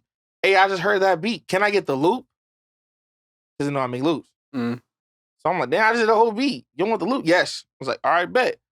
So now I'm rekindling relationships I've never seen. Like, you know what I'm saying? It's so easy to DM and text people all the time. And I know people hit me all the time too. And I'll be like, bet. And then people like, you get a follow like, hey, did you check it out? Oh man, I ain't check it out yet. I'm gonna get to it. You know what I'm saying? But for some reason, when they know you're working, they want to work with you. You know what I'm saying? So there's a lot of people just like me when I'm in the house, holding by myself. You want to collaborate or you want to like make some other stuff? Like I'll be like, I don't know. I kind of like it too. It's just, and I know for a fact on Twitch, you can still be on another website, on Instagram. No, you gotta watch me. You gotta watch me on Instagram. So I know for a fact, if you trying to steal some sauce, you gotta sit there. You gotta be an audience. You gotta sit there. And I ain't charging y'all. Like Twitch charge y'all. YouTube, you know, you can charge and stuff. I ain't gotta charge you to watch me. I just want your time. That's way more valuable than the money. So that's why I look at it too, as far as like, that's why I do Instagram. Because I know for a fact, I'm getting the same thing. You're giving your time to watch me, vice versa. If you want some sauce, watch my live. I do have a Twitch though. I do have a YouTube, but I don't know. For Instagram, it just helps me network. I love Instagram. Went back to like sound kit shit and everything he was saying. All right, so the only reason why I say this, because it's this post that's going around. And like, I seen Kavi saying something. I see a lot of people. I reposted it too. But someone said, being a good producer doesn't even matter anymore. LOL is literally about getting the job done. The worst producers be having motion over the great producers because they are in the rooms or be locked in with the right people. This is correct. And I see a lot of producers saying, oh, you know, I'm not forget all that shit. What I want to point out with DB is, and this is just me being, you know, we try to do the sound kit shit together too and shit. And DB don't really do too much like promo, like the way, you know, ProducerGrind or how we do it. We're more like an e-commerce place, how we promote kits and shit.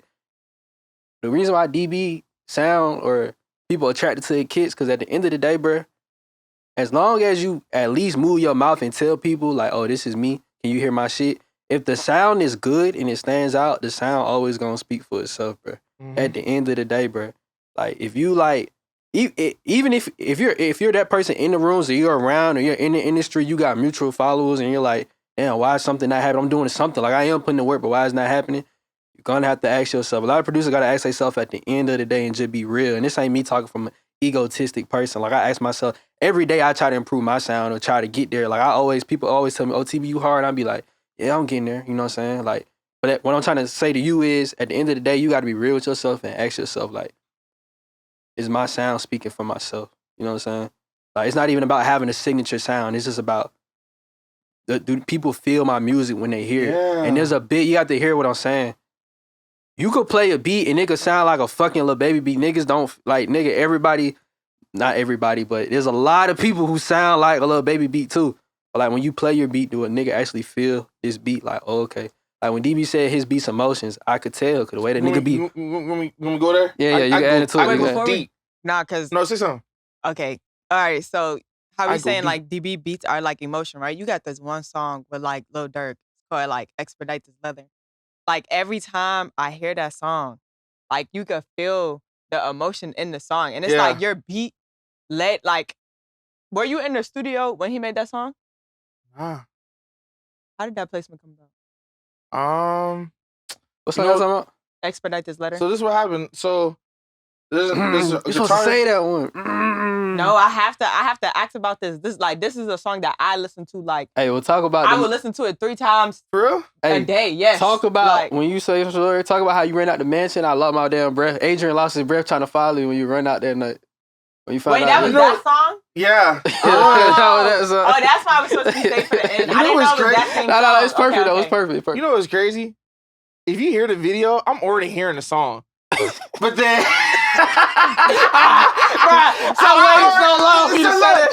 I already hear the song. Honestly, I already got the DM from. Actually, I didn't even know I know about the song until my boy, what's his name? Genie. Genie hit me up and said, "Yo, I just heard your loop on Lil Durk's song." I was just like, "Let me hear it." I'm already hearing it before anybody else. I said, "Hey, yo, someone said this is mine." I'm already hearing it. And then someone said, "That's my loop." And I ran. But I ran because I was so happy. I was like, man, I worked so hard. Bro, that nigga was gone, bro. This nigga I worked so hard. 44-inch vertical, bro. When that nigga jumped up, bro, that nigga was out of there, bro. Out of there, bro. I worked so hard for that, man. And goddamn, I would say, like, how that was made. So this is a guitar named John Luther. And I researched a lot. So I was just, but we met the same day me and Lil Juvie was with Nick Mirror. So Nick Mirror, that's another person I researched too. Nick Mirror, he found Lil Juvie the same time too. Mm-hmm. And he invited him to the studio. And I was like, Juvie's like, he was like, "Can you come with me?" I was like, "Oh yeah, for sure." And man, I just remember when I was talking to John Luther, he was just like, "Yeah, I make guitar and stuff like that." But I ain't asked for nothing from him, but I would go on his page. I don't know what it was. I just scrolled all the way down on his page and I just see him making like guitar stuff. I was just like, oh, this sounds crazy. I never heard anything like this. So I took the Instagram video, got the audio, and then I started to alter it. Like I kind of like started slicing it up, and then I added like strings behind it. I try to make it seem like very emotional. But it sound like pain trap ballet. Yeah. Like I can see somebody doing like ballet and point to this beat, but like it's like it's still pain and trap at the same time. Like that shit was so hard. Like how did the sound selection on that song? Like I don't know, you gotta break it down to me. That's Like the thing, bro, the like, song that beat is really different, y'all. Like the beat is different. Like you know a beat that ever just speak to you. Like you hear the beat before you even hear the lyrics. Like, but you listening to it with the lyrics on the song and you just hear the beat first. Yeah. Like that's that type of beat. Like it just speak to you first. Yeah. What was the sound selection? Like talk to me about the sound selection behind that song. Well, I know for a fact when I got the guitar, I was like, yeah, this already make me feel some kind of way. I'm texting John too, like, yo, I fucking cry when I made this. Like I was crying when I made that too. I be crying when I hear that song. I ain't gonna lie. I cry when I made that. I ain't gonna lie. I'm emotional. No, I ain't crying right now, but I be emotional. So like I was crying when I was making it. I was just like, but it need like something to make it kind of like reverse. I like to reverse a lot of my stuff. So I was reversing the sound. And then I was like, let me do like this ending thing with the strings. And that's why like when the intro comes, that was actually the outro. But Wheezy put it in the beginning. But that was actually the outro when I made it. But you can hear like this, like you know how the strings come in and then there's like a pause and then he goes, I know. You know what I'm saying? So I was gonna say I know. But the thing about it, as far as like I know for a fact, when I was making it, I wanted to pour out any emotion that came from mine. I mean, when I made that, what was I doing? I was at home. I don't know if anything made me feel that kind of way. Like as far as like an instance, like a situation I could think of. I was definitely in my feels. It was definitely dark. Oh yeah, I've been making beats in the dark. Like dark. The only thing that's lit up is my computer. It's like you heard the song, right? Yeah. Shit sound it's just beautiful. It sound like just like dark ballet trap. Like I don't know how to describe it. That shit just I don't know, it's different. And how I got it too easy, it happened from the Keep It Burning record. So what happened was, here's a little trick. So anytime I get a big placement, I tag every single artist, every single producer. So you know some people, they just probably tag the artist and then they don't like they don't like show no love to nobody. Like if you read my posts, I say thank you to every person that that was part of the record, that wasn't part of the record. God, for sure. I make sure that I let everyone know that I know what I did, but if it wasn't for them, I would have never, the record would never came out. You know what I'm saying?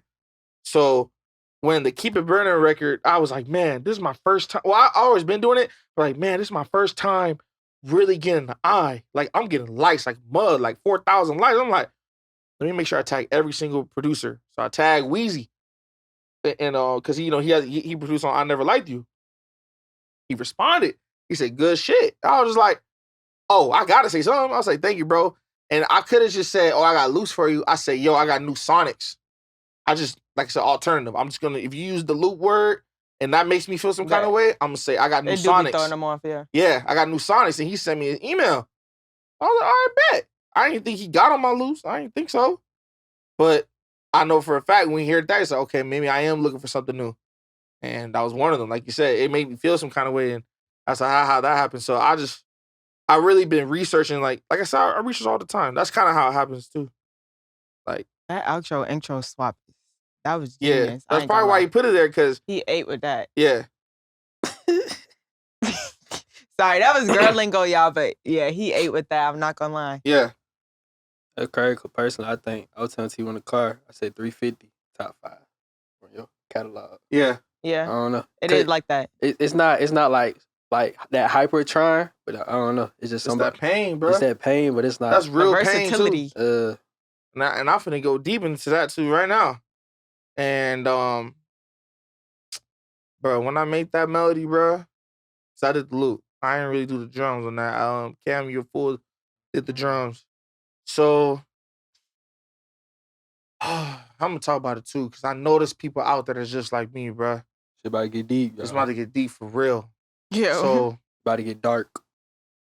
Man, a girl put a baby on me, bro. Not that it was mine. Like, I was posting on my page, holding this child and everything, and I come and find out about a DNA test it ain't mine, bro.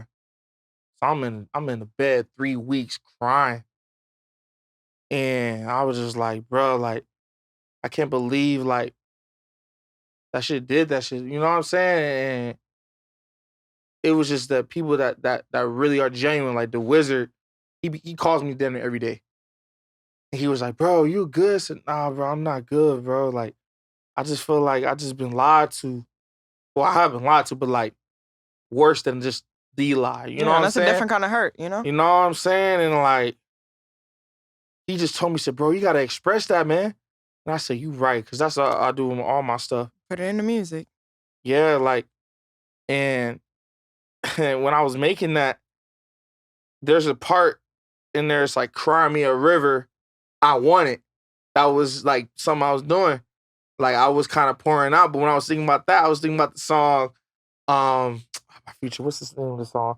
He was like, after before you cry on my shoulder. You know what I'm saying? Yeah. I mean, like, you know what I'm saying? So I wanted to vibe just like that. I said, it says, cry me a river, I want it. Because in a sense, like, I don't know how to express this to anybody. Like, I never felt this kind of pain. Who can I talk this to? I was just like, you know what? I'm finna just put it in the beat. And then, you know what I'm saying? I'm glad somebody got my sample. You know what I'm saying? Whoever I network with, what can. But like, in a sense, like, like, that's how I was able to make that. Like, it's crazy that I had to go to a part about, like, finding out a child wasn't mine to actually make some shit like that. But I know I'm not the only one that goes to stuff like that. Like, we even go, like, to the part with Huncho, like, we have a song called 6 Years Later. It didn't release on all platforms, but it's on, he did, like, a performance. Oh. Yeah. We go even deeper, bruh. Bruh. All right. So, my cousin passed away the same day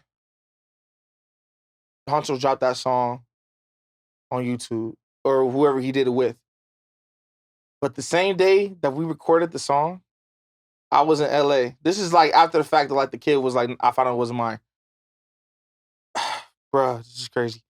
And I, like, she, like, that, like, that's my movie buddy, right? But we couldn't go to the movie. She said, oh, we can't go to the movie right now, but we go get something to eat. And I was already feeling some kind of way. I was, like, in my feels. My little brother was with me. And I stormed off. Like, I usually don't do that with my cousin. Like, you know what I'm saying? But I was just in my fields. But then I noticed Hunter was in the studio. I was like, all right, I'm finna go to the studio. And I know I was just telling him what happened. Like, as far as like, I found out the kid wasn't mine by DNA. He said, yeah, that shit happened to me, man. I ain't found out about a whole year. I said, man, I ain't found out till 4 months later. So he's talking to me like, man, we got to talk about this shit. We got to put this in the song. He was telling me that. I didn't want to talk about it. When I found out, all I did was just delete the photos and anything. But, oh my God, I be getting to the point. I ain't said it before the interview. I was like, please don't bring up the kid. Like, because I didn't tell nobody about it. Like, I didn't know how to feel about it. I don't know how to express that. Like, you know what I'm saying? Like, my whole mindset changed. You know what I'm saying? Like, I remember when I found out I was having one, I was like, man, I gotta get this money. I gotta make sure I got a house. Da, da, da. I was like, I ain't even got my publishing. I'm finna go get a publishing. Da, da, da, da. You know I remember what I'm saying? that, bro. Your phone calls, you was like, bro, I got kids, TV. I gotta go hard. I gotta go hard, bro. I gotta make some money. You know what? I ain't signed my deal. I know I got some money over there. My kid will be straight. Found out it wasn't mine. Like, damn, what am I doing it for? You know what I'm saying? And I was just like, man, I was so fucked up by it. But then I was telling Hunter about this. And, you know, Derek, my brother, he right there, right next to me. You know what I'm saying? He was like, man, we gotta make a song about this. I was like, I don't know about it. He said, man, you think we're not the only one going through this? I'm finna do it. So he was talking about how he was then, how he was now. And it's just like, in a sense, it's like, okay, like any emotion I have, I'm just gonna just put it on the record. Like, that's why I get good from now. Like that's how 350 came about. Just me getting hurt. But I don't trade it because I know God wants me to know, like, let people know, like, this is how you make it. Like, this is how you're able to present the work. You know what I'm saying? Not saying you want to get hurt that way. You don't want to be lied to. But this is real music. You express how you feel. There'll be days where I be feeling great, man. For real. I make happy beats. The pain gets me, though. I love pain music. You know what I'm saying? But, you know, that's how it is. That's how that one came about for sure. I don't know, it just got me thinking. I ain't gonna lie, I'll be real. I was thinking, like, while you were talking, I was like, damn, bro, do I even be making beats with emotion? Do I just be cooking up some shit sometimes? Yeah. I ain't gonna lie, most of the time, I just be cooking up, bro. I'm like a calculator, bro. I get in there, there'll be sometimes I be like, I just want to make a beat. You know what I'm saying? I call it jump shots. But I know when them days when I'm like... Put the emotions in the music. Oh, yeah. MTB, that's what you need to do. Put some emotion in the music. Yeah, I can talk about other records I've done that put too. Pain in there. Yeah. Next time you pick me off, I'm gonna make a mean ass goddamn 180 BPM. For sure. How you feeling? What's something you like? You was like, okay, I'm finna hop on the PG podcast. I want somebody to know this for me. I'd be like, you know, I know I ain't the only one though.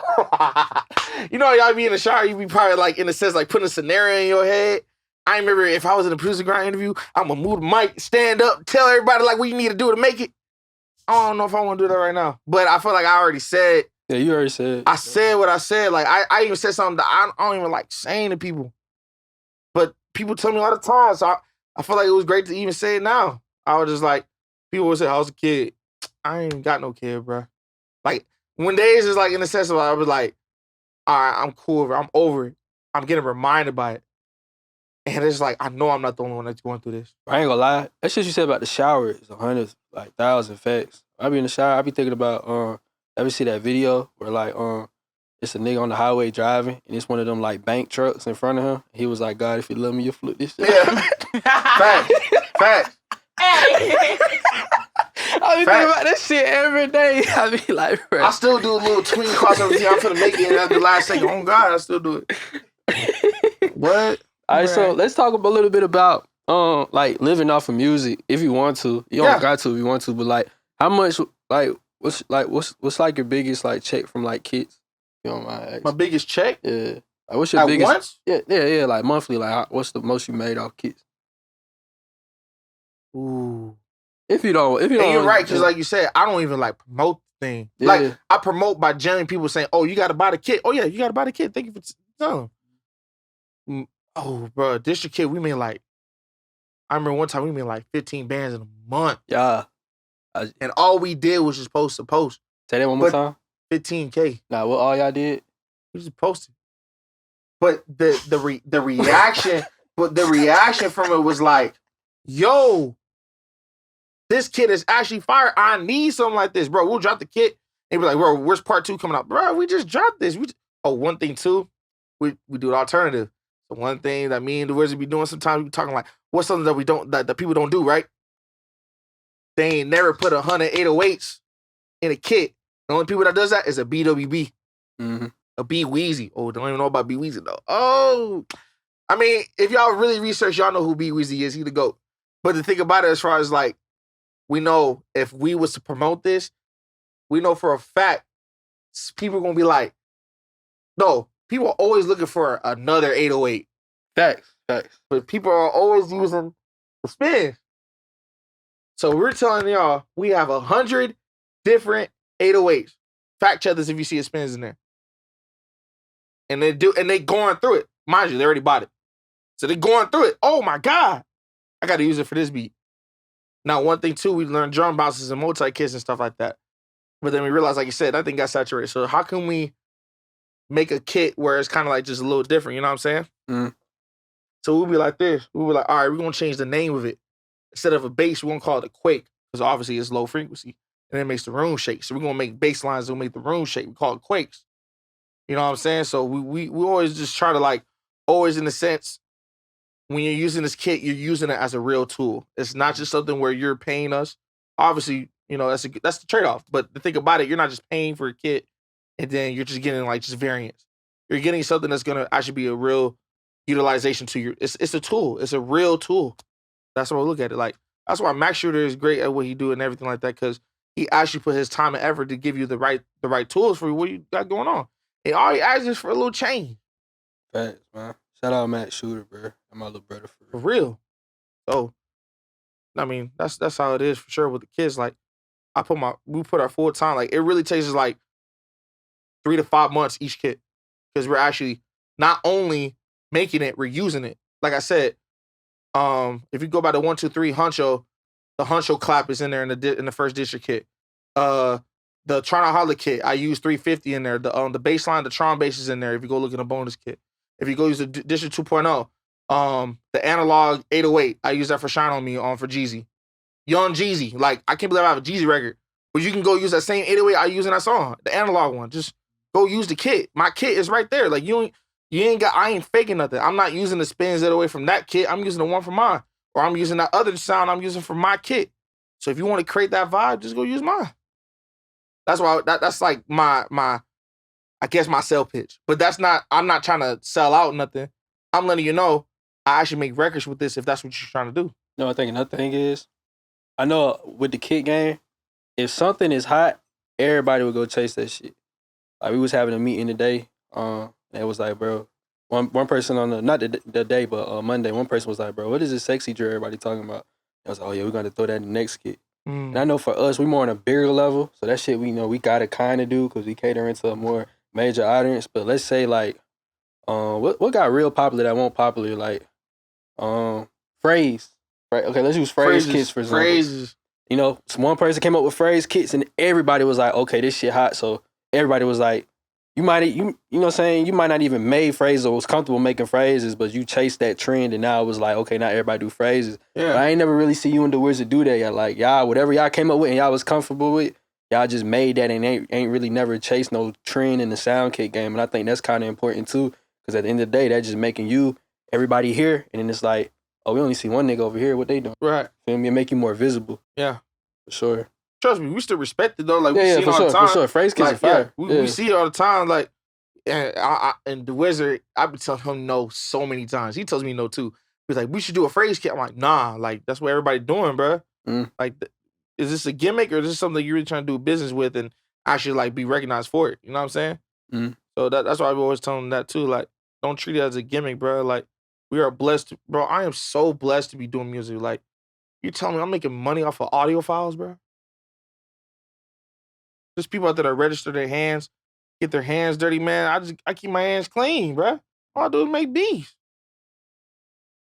And you tell me like, come on now, I'm blessed to do what I'm doing. So I can't just play around when I'm doing, bro. Like, this thing can be stripped away from me any given moment. God can. And I still question, like, how come he hasn't? Maybe because I'm doing something right with it. I don't know. Another Still thing, figuring it out. I wanted to ask, and I'm really kind of assuming this, so correct me if I'm wrong. But from my opinion, like this comes from someone who used to be a cashier. Like nigga, everybody knows my story before producer. I used to be depressed, bro. So like, I always tell people all the time, if you just living off your music, let's say you only make 1,000 off your music, and that's enough for you to live. Obviously not in their world at this time after COVID, but I'm just using for example. Like you winning if you living off your music, because there's people with plaques like who's multi-platinum or has a big song that they leave the studio, they have to clock into work. You don't never know who, you know what I'm saying, another person's situation is. So even if you're, let's say you're making 1,000 a month off of YouTube or just selling beats, like the reason why I bring it up is because, you know, those views probably get like 2,000, 3,000, 4,000. I know there's some beats you do views, but like what's that revenue like? Because I think producers pay attention. If I'm posting on YouTube, they might get discouraged because like for, let's say a year straight, they're uploading beats, but they only get 2,000, 3,000 views. But I'm pretty sure you make money off of it. So if you're getting 2,000 views, 3,000 views, you know what I'm saying? Is it like, what I'm trying to say is it like still money to be made so you worry about views, or is it possible to make a revenue off of YouTube and you can't really get over like that 10K view range with the videos? Cause I ain't gonna lie, like on my YouTube, there'll be like a couple songs, like a couple beats I made over like 10K. But I ain't never had like a MK or a TNT or you know, them guys right there. What's his name? Like Angel, like Evans or something like that. Like I ain't got 100,000 subscribers. Man. I only got like 12,000. But I know for a fact I have a purpose though. My purpose wasn't really like to post on YouTube and stay there. My purpose was to make records. So that's just I'm just gonna put it that way. But I know for a fact that was a way of making the income. And I would say from the views, I probably made like, I remember one time I was made like 500 a month off it though, when I was really consistent. But I've been more in the game as far like, all right, I can't really put my beats on YouTube. I'm trying to give it to more, I guess I'm quote unquote in the industry now. But the thing about it, as far as that's why I've been like catering more. But I always post on YouTube. But I would say like that's just a one source of income. Like if you take that, add it with the drum kits, you know what I'm saying? And you know, side hustles on the Instagram, whatever, how you do it. You know what I'm saying? And then you're getting these records, it kind of just accumulate. That's how I look at it.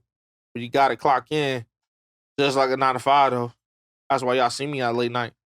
Honestly, all my jobs has always been late night though. Like I had a wheelchair job. I didn't get off till 2 a.m. I worked at UPS. I didn't get off till 6 a.m. in the morning. So I guess like I really work at night. I can work during the day though, but I really work at night for sure. Shit really an adjustment, bro. Especially if you're not that type of nigga, bro. Bro, what's the studio niggas used to be at all the time? This was like early 2021 days. With it was like the Red Room. It was a whole bunch of studios in one building. Back with like 300. It was like 300. 12?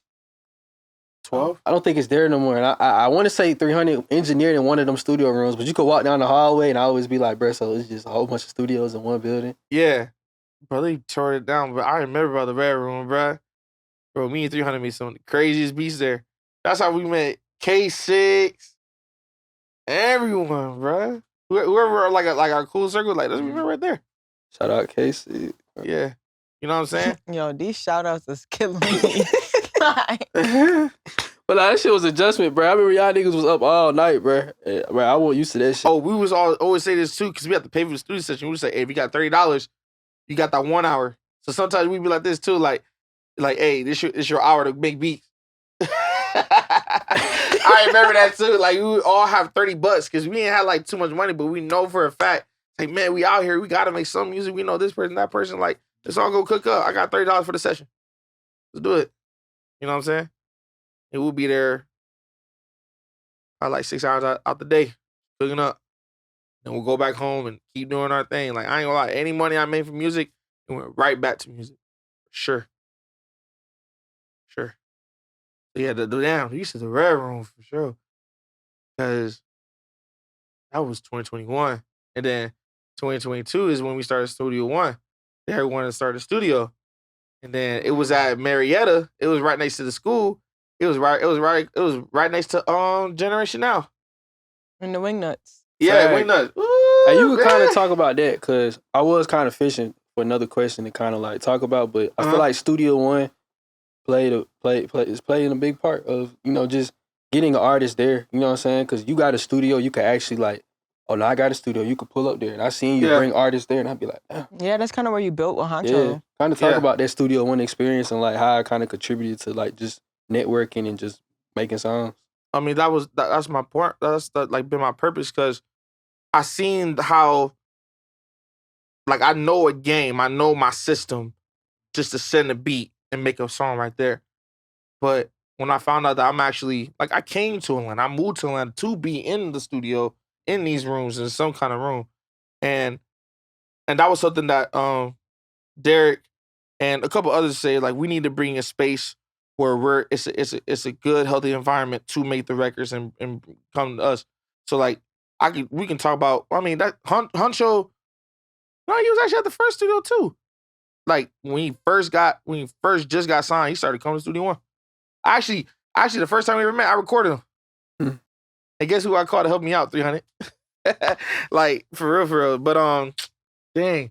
So I'm like, having a studio or having that like ownership to a studio or the access to a studio, you're able to create the records you want to create. You have more full control with it. And I feel like that is something too. Like, I know for a fact when people come to Studio One, they say this all the time. Even I'm out there like, oh, this is where DB cook up. So they might have it in the sense like, okay, I'm going to channel this idea and make some beats there. That's how sometimes when I go to like the 5-star super sound, I'm like, oh, Young Thug be here? All right, I'm going to channel like Young Thug, T.I., like, you know what I'm saying? Like, I feel like when you come to Studio One, you know for a fact, like, you're channeling this like, you're channeling like this idea to actually express the work. So now you're not treating it as just making a beat. You're actually creating now. Like, you feel inspired. And that's what I feel about studios too. Like, you want to create an environment where it's inspire you. That's why I appreciate everybody that ever came to Studio One. They appreciated the space. That like I made like a lot of good records there. Like, for sure, well-known ones. When the Huncho album, I made Water Park. I made 7 a.m. there. I remember Huncho was trying to make a beat. He was like, man, let's make a beat on scratch. And we did it from there. Man, so many people went there. Rod TV Fat be going there too. Like, you know what I'm saying? Like, a lot of people too. Like, it's just in the sense, like, whoever wants to like, and that's the game too. When you know for a fact, like, your homie, like, I would say like this: when you have a studio space and you know you're bringing work there, and you know it's like in a sense like, hey, I need some help with that. You just go hit the boy like, hey, yo, pull up to the studio. I need beats for such and such. It's so easy to just go pull up and go from there. And we all know that when you network, you're like, hey, let me get your number or Instagram or something like that, instead of always just hit him on a DM and they never seen it. Now you see him in person. So yeah, I would say definitely having a studio space it makes it easier to like create the records for sure. Yeah. This is random, but only because Studio One, I'm talking about the one behind Wingnuts. When did that open? Like, that opened in like 2022. So do you think in 2024 it's like wait. Yeah, 2022, yeah. So in 2024, do you think it was, if you have the relationship in the network to bring artists in, do you think it's too saturated in Atlanta to open up a studio or just have an environment like that where you could possibly just, profit off of, or you think it's like kind of not worth it? From a business perspective. From a business perspective? I don't know, because sometimes when you try to book sessions, people just nickel and diming, bro. That's why I look at it as far as like, and I learned this from other people too. Like, of course you want to book sessions, you know what I'm saying, and pay for it. People gonna pay for it. But sometimes I just want that. I just want that environment. So if I gotta take money out of my own pockets and put it into where I need to keep it in space for, just to keep making the records, that's how I make my money. I make money by creating records. So I'll take that. I'll take that beat money. Not the beat money. Like the drum kit money. Oh, I'm for to pay that rent for the studio. Mm-hmm. Yo, I got the studio all day. Come record. Now if it's a hit, ooh, give me my money back from that. That money I just made from there. It's a good trade off. I'll even go like this. Like, I remember like about pay collabs and stuff. Now I ain't even talk about this too. Like, I remember when I spent, like, some people be like, in the sense, doing pay collabs and the shit, and like, I remember I was like, man, what is some way I can get my loose out? This is when I was really trying to say, I know I'm doing something with it. It's just that nobody know. And like somebody bigger. So I remember one time I was researching and stuff like that. Like, okay, I know this person does this, but who's in the circle? So I know who this is in the circle, right? And I was like, man, I got $200 I just got from this B sale. What can I do with this? So I remember I would hit up somebody and say, yo, I got $200 to invest in you, basically. Like, how can we work?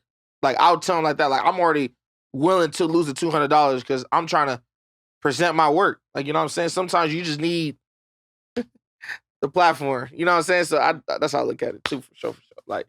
Like I know for a fact, whatever I do with the music, I'm investing into myself. Everything I do is an investment to create something more. You know what I'm saying? That's in the business standpoint. I'm making investments as an entrepreneur. So that's how I look at it with the studio. Like, it is sometimes cliche too, because it's like, and I be seeing it too. Like, when you're trying to like just make $1 off, like, are you really making the record? Or are you just trying to get paid? Like, I'm trying to make records, bro. Like, the money gonna come, bro. If you're doing it for that purpose, like, in a sense, like, whatever you're doing it for. Like, that's how I look at it with the music stuff. Like, the money gonna come. Like I said, all these records, this catalog I have, like, I'm able to, like, you know, treat it as like a house. People saying, bro, I got people DM me all the time. I don't even know them. I'm like, they're like, bro, I can help you get your publishing. I'm like, bro, I don't even know y'all DM me this. So y'all know I'm a price ticket. Because all I did was invest into myself and make these records with such and such that you didn't even know about. And I've told people years before about. You know what I'm saying?